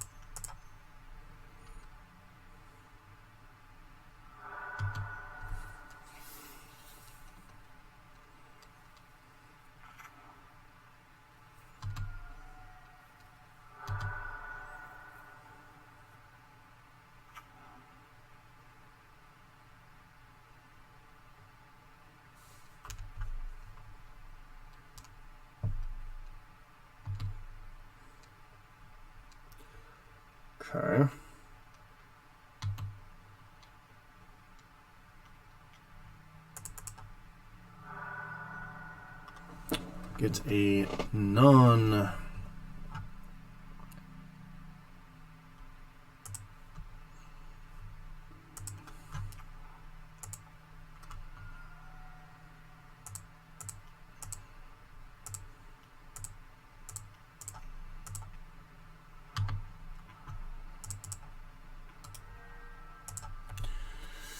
Alright, hopefully they can't do too much this turn.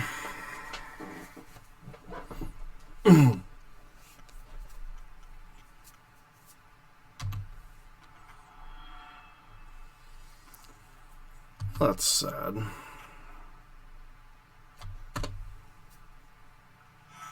So we know they have Force of Negation in hand. What are the odds they have another blue card?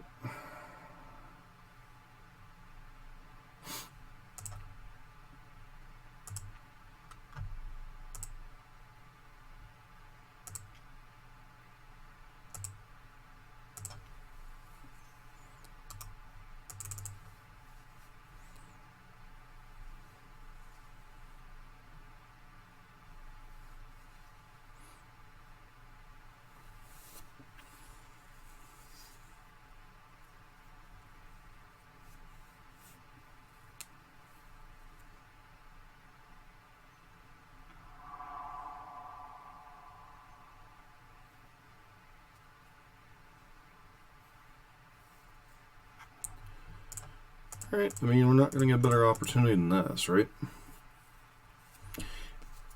Presuming they don't have another counterspell in hand.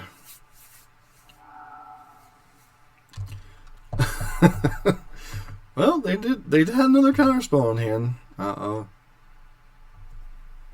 Give them props there.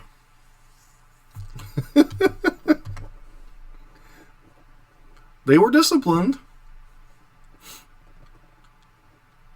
They recognized the trophy was the bait spell. Don't tell me you ripped a Planeswalker right off the top. Okay, Starkham's Astrolabe, sure.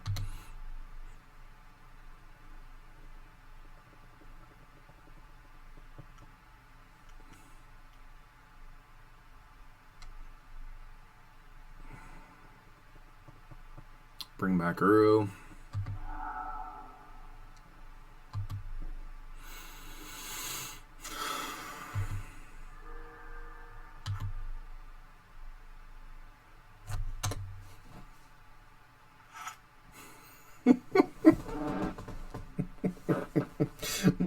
Morning, TCG Wolf. How are you?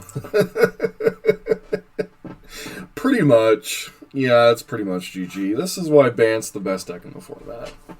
It's just so stupid.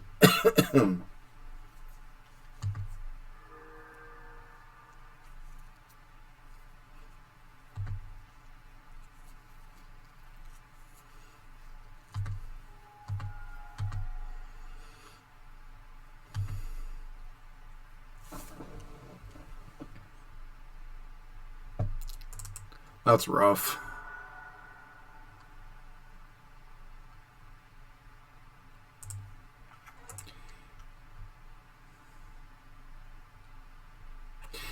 Yeah, well, I mean, At least you have it, right? Like, I have Burn and Tron in paper. And I used to have Visit Phoenix before it got banned, so, you know, that's a thing.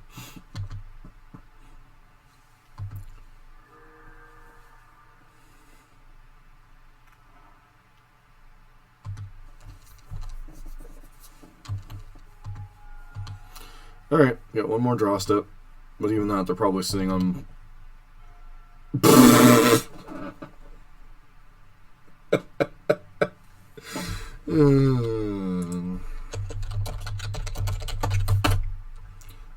Alright.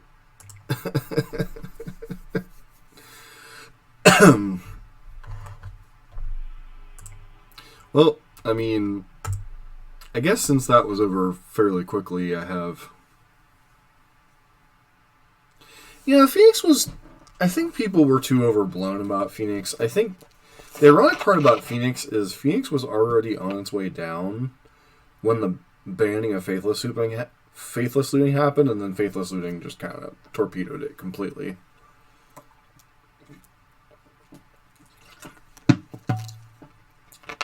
Like, I saw there were some people that were trying to revive it with... I tried a little bit immediately after the banning. Deck just didn't feel like it was worth it. Like, you were really slogging to get, like, a decent deck back. I really haven't tried it since... I tried it once or twice since Heigl came out, but that wasn't really the thing. And then people are trying Ox, which I suppose could work. But I think the problem with Phoenix now is the format's gotten so... like, grindy and fair, that I'm not even sure Phoenix is worth the effort right now. Like, I think it's a good... I actively think it's a good thing that a deck like Bant is the best deck in the format. I think it showed that even without Oko, that the deck was going to be good, and then Uro just kind of put it over the top. So we're on the draw. I think this hand's perfectly keepable on the draw. Hopefully, we're not playing against a blue deck. And not Tron, and not Amulet, so I guess that's quite a bit of the format right now. Alright, I'm good with a game against Burn.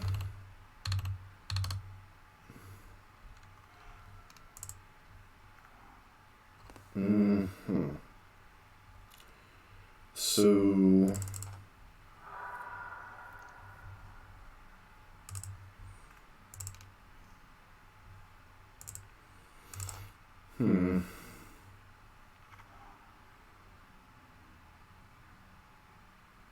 So what do I name here? Red, probably?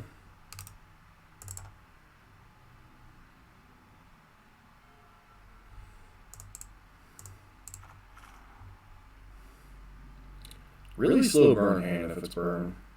Could just be someone trolling us with the mountain on one. This feels like a Boros Burn opening. A really bad Boros Burn opening, but a Boros Burn opening nonetheless. Alright, so...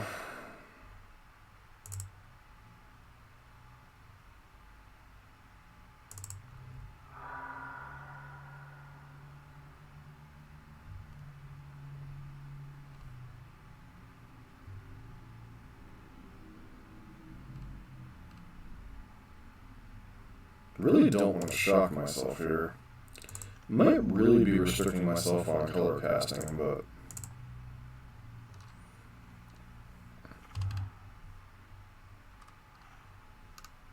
Sorry. Go ahead and play around here.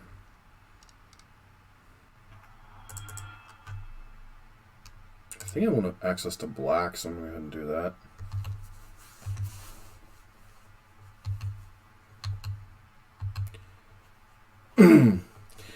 It's healthy, but at the same time, I don't like playing against a pile of counterspells with most of my decks. Oh, wow. Okay.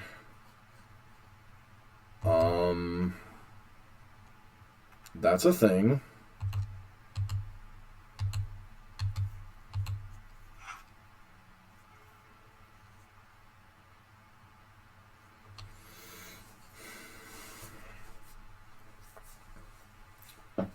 So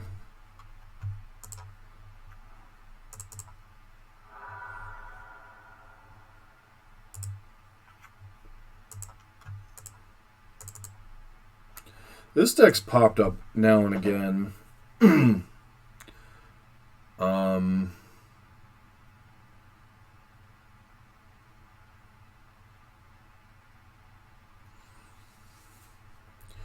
So there's a couple of things I can do here. I can Guile. Actually, yeah, I can Guile right now with 2 Arcalabes. I think I'm going to take a gamble and let them untap here, in case they try to get a little bit more graveyard crazy here.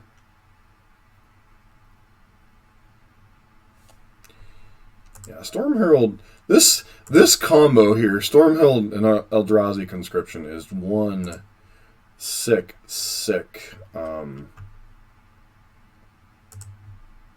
combination of cards.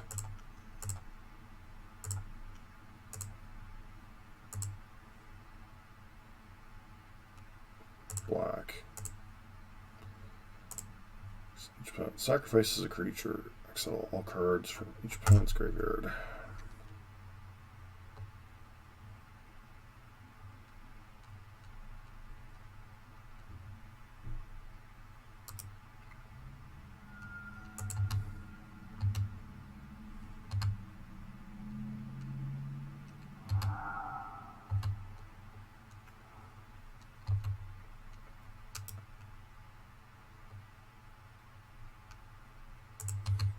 So they're still left with a 3/2 haster, which is annoying, but that's ultimately beatable.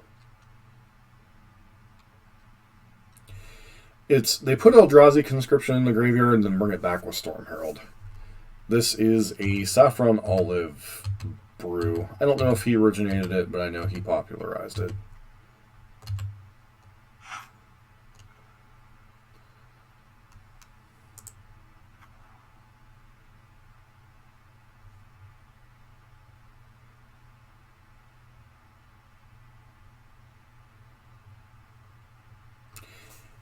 If you're not, Eldrazi Conscription gives a creature +10/+10. I think it's +10/+10 and Trample and Annihilator 2. So basically they turn something into an Emrakul for a turn, which is usually more than enough. I could tap out for Niv. Alternatively,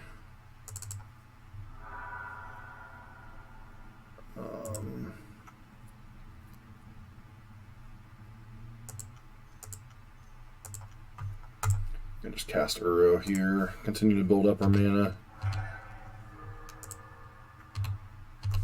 Have access to Trophy and Helix if we need it.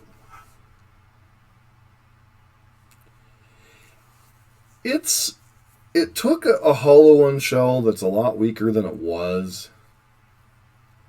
Oh my lord. Yeah, no.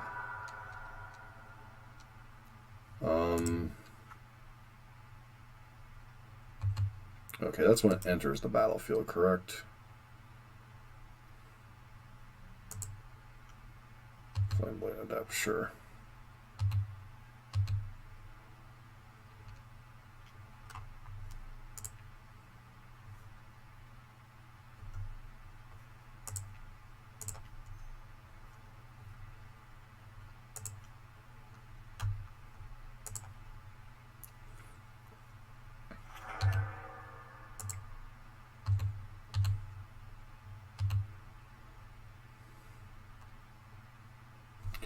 You don't want to get hit by another Storm Herald, man. This is crazy. We have definitely played a weird league this morning. John, Bant Snow, Hollow One Conscription. Which one of these does not belong?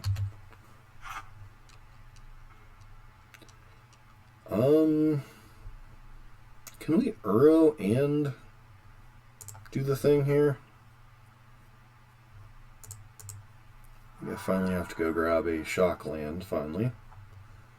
Let's grab Breeding Pool.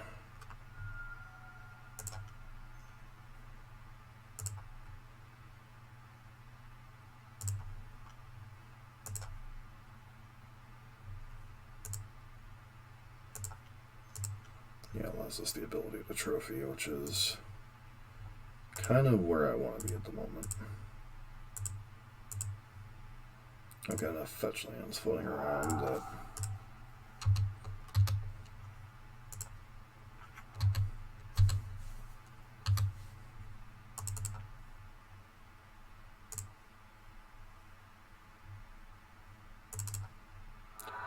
guess I should crack this or something. 1, 2, 3, 4. Not gonna build. Am I supposed to shock this in here? Yeah, I think I'm supposed to shock this in here. That way I can double trophy if I have to.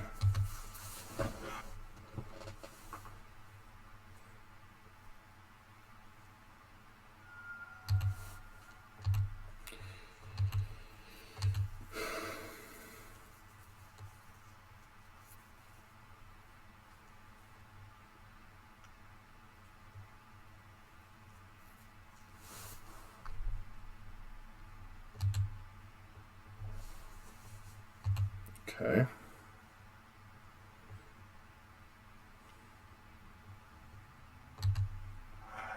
Sure. That is admittedly very annoying.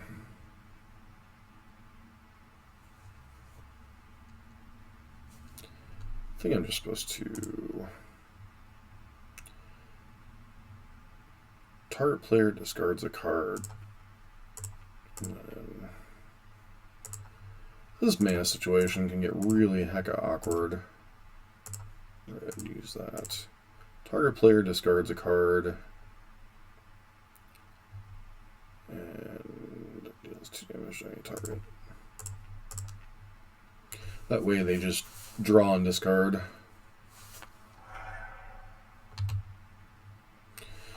Shake them up. What do we end up with? Whole bunch of removal spells. Yay.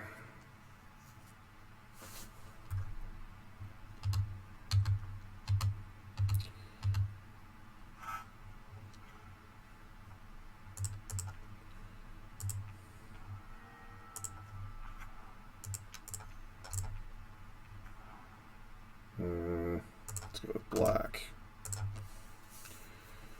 All right.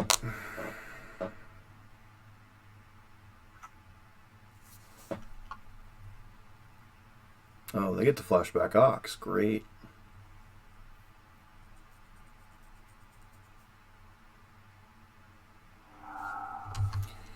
Yep. An Ox is quite annoying.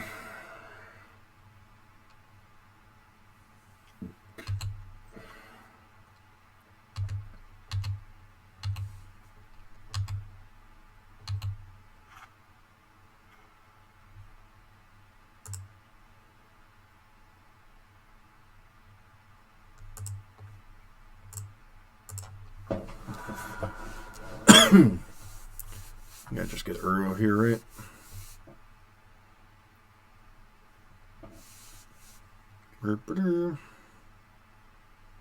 Yeah. Guess we grab Steam Vents.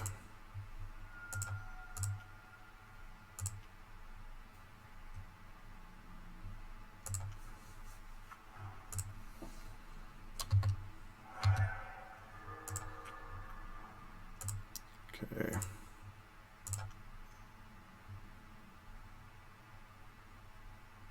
Awkward mana coloring. Blue. Blue. Green. Green, blue, green.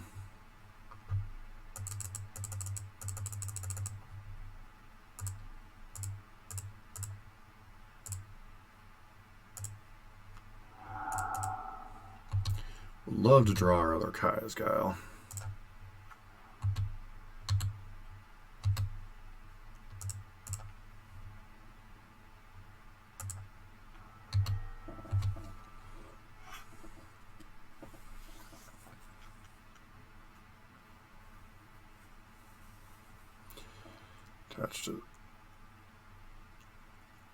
Return any number. Okay, cool.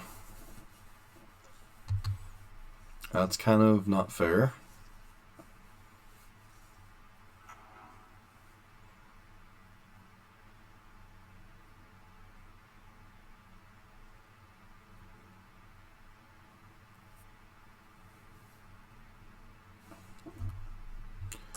Seems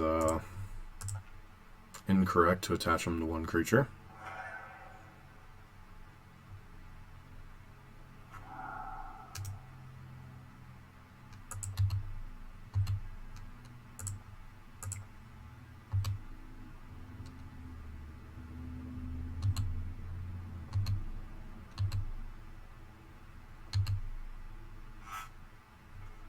At least they're exiled. That's a positive, I suppose. Hey, I was going to say, do I even have a basic left in my deck to go fetch here at this point?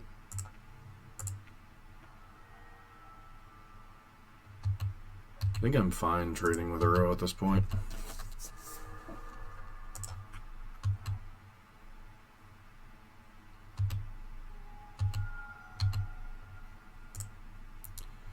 Just play it to Fairy.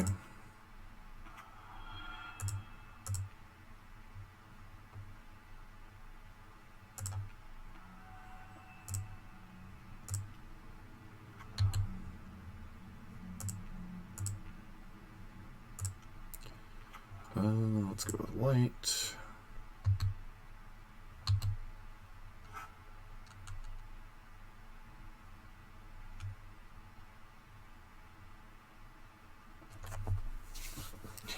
Pretty much GG Uro here.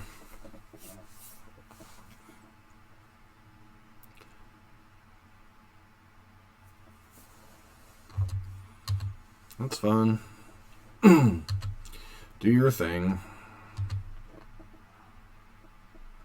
1, 2, 3, 4, 5, 6. They can't quite bring back the other ox right now. Okay.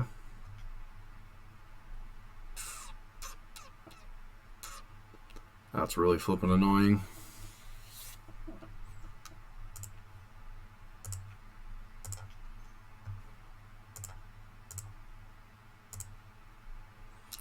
I'm supposed to abrupt decay that. They have an ox in their yard anyway. Guess we gamble that we hold on to a trophy.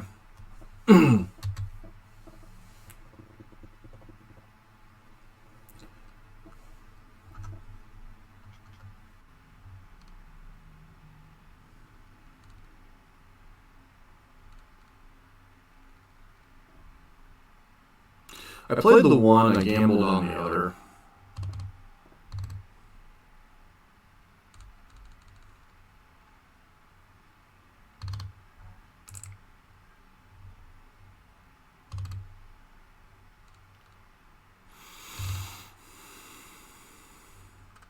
Curious how they attack here. Both going at Ryan 6. Do I even care about Ren right now? I don't think I do.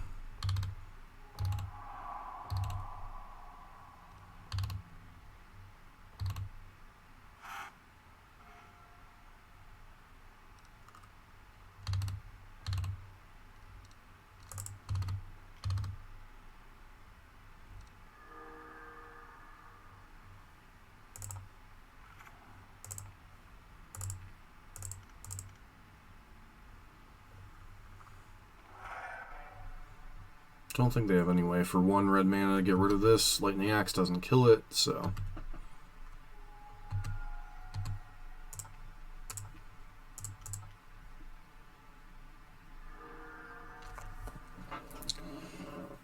Wow, that was insane. Alright. So, imagine that. Well, I don't think the game was that particularly close, but it was close enough.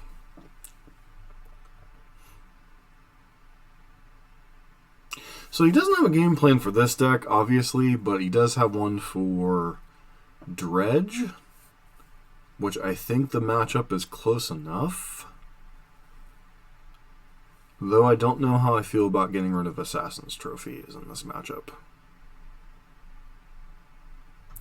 So we definitely want the Wheels of the Sun and Moon.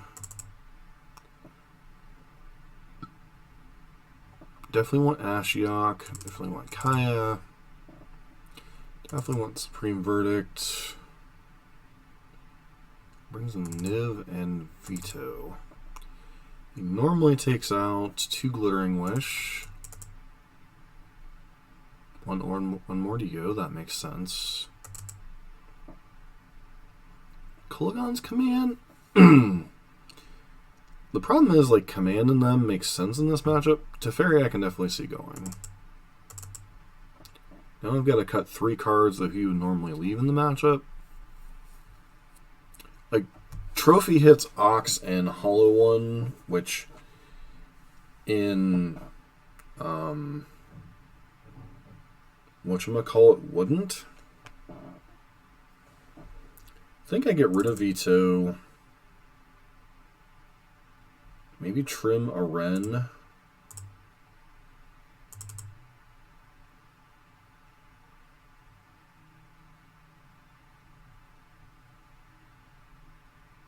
Go like that. I believe that deck is playing Blood Moon, if I remember correctly. Drazi Conscription. Hollow Herald. They are in fact playing Blood Moons in the sideboard. I guess I keep this hand and pray? Like, if we get Blood Mooned here, we're pretty much dead. Kulagon's Command hits Hollow One was the primary reason I was thinking of leaving it in.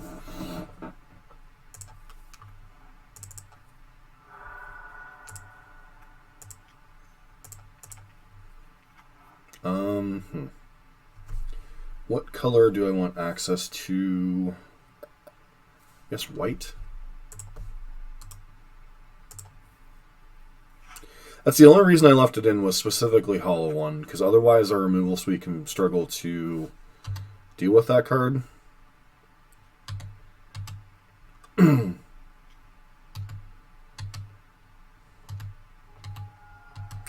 like they're setting up the discard spell, deal you a bunch of damage hand.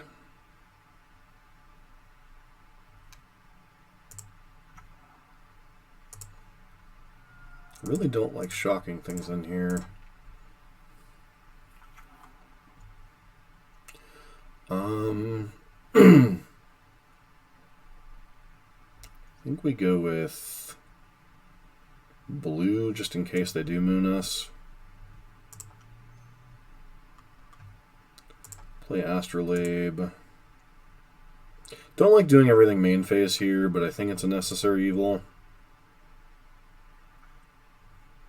And then filter red. Helix, one of these.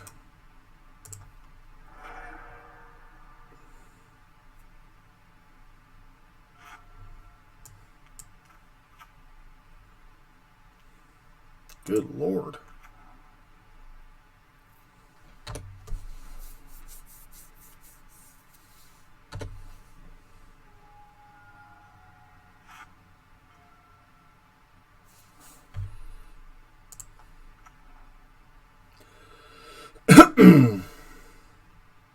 I think I just verdict here, right?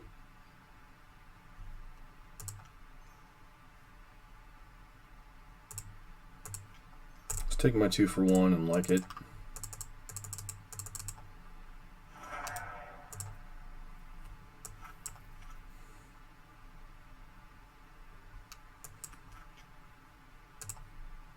Yeah, that would have been a heck of a lot of damage.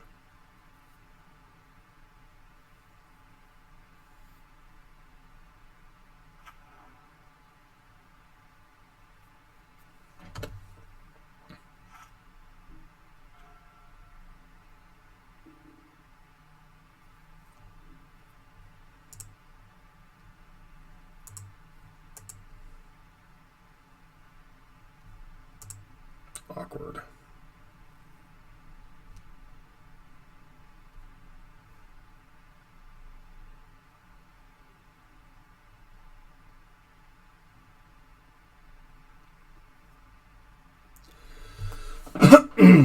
So, because I was setting up for Verdict, my mana is hecka awkward here.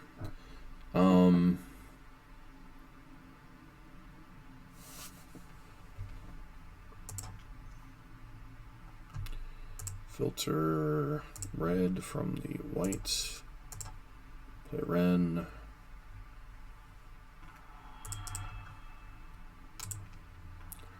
The Catacombs back. Play out the Catacombs.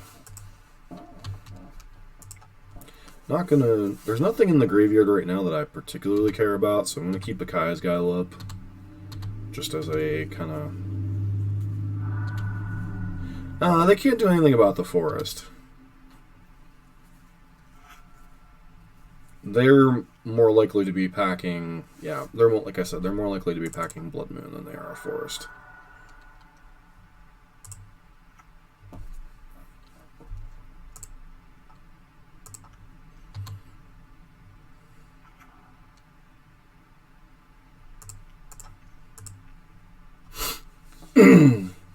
This is kind of dangerous to give them access to more mana during their turn, but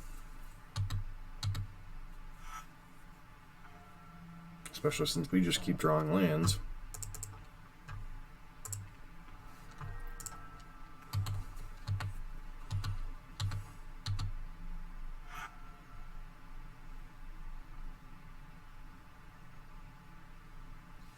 I don't think their deck doesn't play Pillage.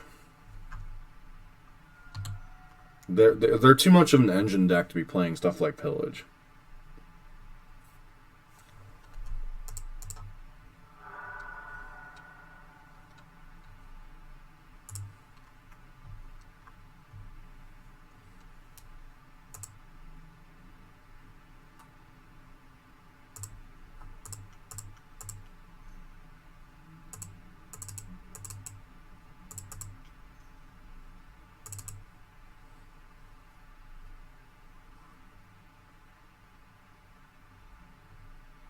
Get 3 of the 4 modes. Hopefully they don't discard like something or Conscription into like Eldrazi Herald or into Storm Herald.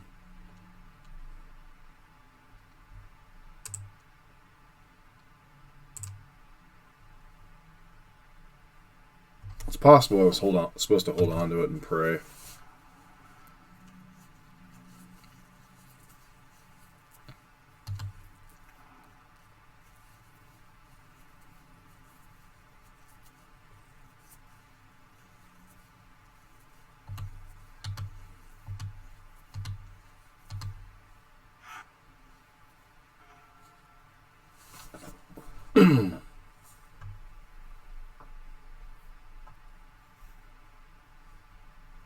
So I could just kill Hollow One.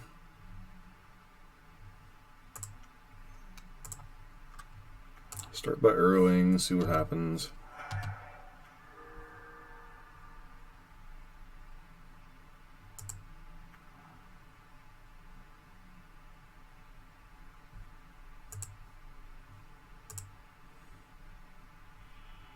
Okay, and they concede. Yeah, I think that's part of the reason why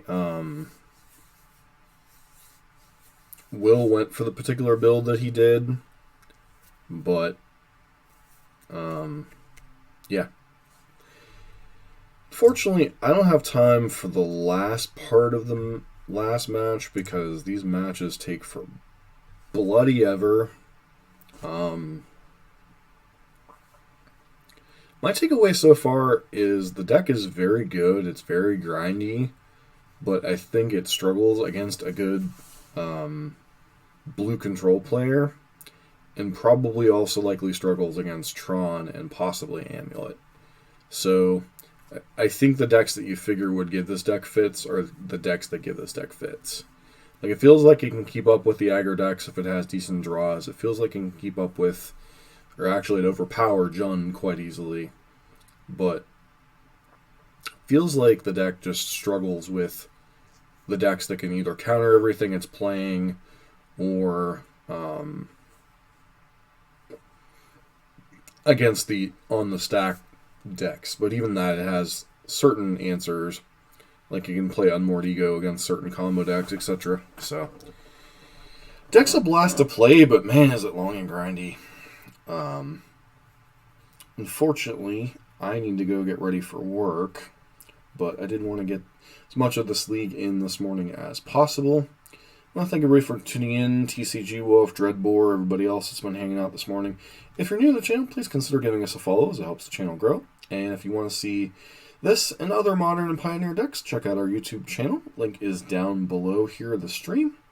I thank everybody once again for hanging out this morning. I'll be here every Monday, Wednesday, and Friday morning at approximately 7:30, 7:45, depending on how long it takes to get things rolling in the mornings. I usually stream those mornings before going to work or taking my girlfriend to work, so that's kind of why I'm on that schedule right now.